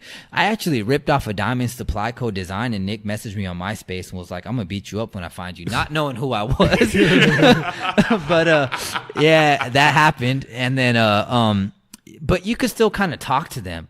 Mm-hmm. Right? But nowadays you can't really approach designers, and it sucks because a little kid wants that information. He wants to know something that you can switch his life around. And it sucks because all these famous basketball players and these rappers, whatever, they're not paying for this. They're getting it completely free. Mm-hmm. But there's a little kid who's saving up his lunch money, who's selling all his Jordans on Craigslist, who's doing all this stuff to buy these pairs of jeans of your stuff. And he's going to hit you on your IG and be like, yo, thank you so much for these jeans. I really appreciate it. You're going to discredit him and not say nothing. Yeah. But a bench warmer on the Lakers is going to be like, thanks for these jeans. And you're going to put 3,700 praying hand emojis. Respect. It's so whack. Yeah. Yo, hit up the kid that really bought your stuff. Yeah. He's what's keeping you on. Yeah. And it sucks because you can't do that nowadays because you're too cool. You're not going to reach out to these kids. Fashion is too dramatic, and I created this brand, or I'm going to create brands in the future, whatever, to have fun. And I feel like I did that with this IKEA stuff. We started a trend that went all over the world, man. And people message me some really weird stuff like, you're whack for doing this, whatever. But it's like, yo, I'm taking care of my family with this. Yeah. I'm paying my bills. Everything is good. So people want you to make money nowadays, but they also want you to make it how they want you to make it. Yeah. You're even whack now if you're not making it how they want you to make it. So I do this to have fun. and to create cool, positive vibes and stuff. And I feel like we did that. You know what I mean? Yeah. And it's really cool, man, because like this shit is like really huge in Japan. We're about to take off to Japan to do like a pop-up shop out there. And it's crazy to see like the most randomest people like post this Norwood IKEA stuff, like in IKEA. Like I feel like every IKEA in the world, people go in there and wear our stuff and go in there and snap pictures. It's so pretty funny, man. So it's been a cool, fun ride. You know what I mean? And Norwood, let's see what happens. You know what I mean? We're working on new stuff. We're taking it day by day. We're just baby steps. You know what I mean? That's amazing. It's amazing that it came from just believing in an idea that you were just fucking around with. That's how it happens, man. And also taking it back home. Yeah. Right? Like there's a freedom in that. Yeah. Like even like for the creative mind, right? I feel like so many creatives are focused on how they're going to penetrate. Yeah. And how they're going to like become. Yeah. And, you know, it was one of those things, bro. Like your transition from 7th to 8th grade, like is coming around full circle. Yeah. Like your design process where you went through so many samples, all these things. That moment where you were so bored and you were like, let me fuck around with this IKEA shit. Yeah. Everybody close around you was like, nah. But even still, as much as you respected their opinions, you were like, bruh, I'm me. Yeah. And we gonna try this. Yeah. You know what's funny? You say that because I kind of flash back to those times where I was just like, yo, I'm cool with getting beat up. That's just what has to happen. Yeah. You know what I mean? Beat up. Yeah. Yeah. So it's like, that's the thing. Sometimes you just got to run with what you want to run with. Like a lot of people will tell you different things. Like we seek advice from people that don't matter. Like I'm a clothing designer. Sometimes I'll seek advice from real estate agents. Yeah. He doesn't do clothing. And how many people though, honestly, are gonna give you genuine advice? None. Right? Like even some of our close friends, it's like one of those things where it's like a balance of, do you really want what's best for me? Yeah. Or are you like worried about what's gonna happen? Yeah. Sometimes your closest friends and family steer you the wrong way, man. You know, it But that's really that happens. beauty of that self belief. Yeah. Right? Whether it works or it doesn't. Like I feel like, and correct me if I'm wrong, there was just a freedom within you where you were like, bruh, I'm gonna try this. Yeah, no, definitely. Well, it's crazy how some of the most creative and most successful things actually come from not trying. Oh, yeah. You know what I mean? It's like when you try too hard, when you're thinking about how everyone's going to view you, what, you know, how you're going to be perceived. Maybe you're doing something just to make money, or it's like, oh, is this going to sell like music? I got to make that hit. I got to make that hit. That radio hit. And then it comes when you literally are not trying. You're just messing around. And Shout out to Super Duper Kyle. Yeah. Like that's the epitome of that. Yeah. A SoundCloud record with Yachty went off. Exactly. And this He was prepared for it. Well, even like Nolan, right? You told me when you hit me up for that shirt, like, you know what I mean? And straight up. We've heard these stories happen all the time. It's when everyone is trying to try so hard to do what's right. Yeah. Even though most times it's when you don't try. Yeah. And it's when you can just be free and creative and do things that you actually believe in your soul. Yeah. In your heart, that you're like, fuck it, I'm really doing this. Because that's what's right. Yeah. You know, Kanye, right? When you try hard, you die hard. Right? So, yeah, that's kind of how it is. You just got to kind of run with your own things sometimes. You know what I mean? The weirdest things happen in the weirdest moments. Yeah. Sometimes when we go out, we have the funnest nights where nothing's planned. Yeah, you know, like you go to this bar, you end up at a sushi spot and you're eating a LA dog at 3 a.m, this and that. But then, you know, those one nights where, yo, we got VIP at Warwick, you be there at 8. We got the Phantom. You know, it's the boringest night. And you're just sitting down drinking like I went to beer. Yeah, I went to Warwick one night, happy, like, yo, this is going to be dope. Fucking Leonardo DiCaprio walked in and took 87 girls away in a minute. It wasn't fun at all. Like, you know what I mean? So in his dad bod. Yeah, in his dad bod. Straight yeah. Side kicking shit, man. On the dad one guy at a table, 100 girls. Can't really see this guy. This what is going on. And they're all down to wait for him. All down to wait. And then this one guy walks up and a horde of women just follow him. I'm like, who is that? Leonardo DiCaprio. Oh. I'm like, damn. All right. You know what I mean? That's and the girl's like, oh yeah, he comes for 10 minutes, takes the party back to his house. I'm like, all right, cool. So yeah, like the weirdest things happen when you don't really think. You know what I mean? You just got to run with things. I feel like it's like when you're free. Yeah. of all, you know, constructs and restrictions Yeah. and fears and all Yeah, this. it's put fears behind you, man, and beautiful things will happen. Yeah. You know? And it's not about money. Like, making money is not the, you know what I mean? That's the thing. People just want to do stuff like, well, how much money I'm going to make? That's not where it's at. You got to, there's like a lot of things before that. Like, I was doing that too, right? Like, I wanted to do a lot of things, but I wasn't doing A, B, and C. I was just trying to get to like Z. Yeah. But there's a lot of things in the middle. You got to knock those things out. Well, when you realize money is the product of something great, it's just the product. Don't do something just for that. Yeah. If you do something great, the money will come. Yeah, It's just part of the equation. Yeah, dude. Like, if you work at McDonald's and you honestly work at McDonald's, you work hard there, you become a manager, you do all these things. At the end of the day, you might be owning and operating your own McDonald's if you do it right. And nobody's going to look back at those days that you were a cashier. Yeah, exactly. You have 7 franchises Yeah. now. Nobody's going to be like, but bruh, 15 years Yeah, ago, yeah. you Look were at your nobody. parents. Yeah, Look exactly. at your parents. Yeah, exactly, man. Crazy. Yeah, dude. It's been a crazy just journey with all this stuff, but it's like, it's just getting started.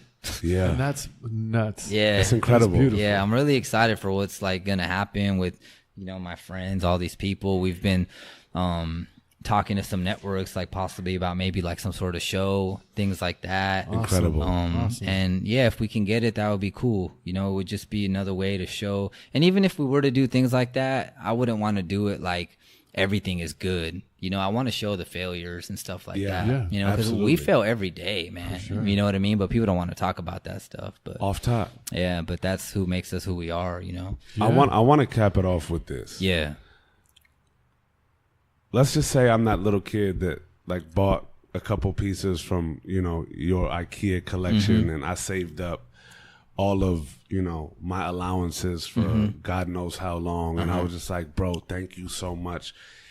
I really want to get into design and I really just want to find my passion like you did. What would you tell that little kid who essentially was that younger you, knowing what you know now? I'm on my Ryan Leslie. I'm going to give him my number and tell me to call me. Lit. And we done. That's a wrap.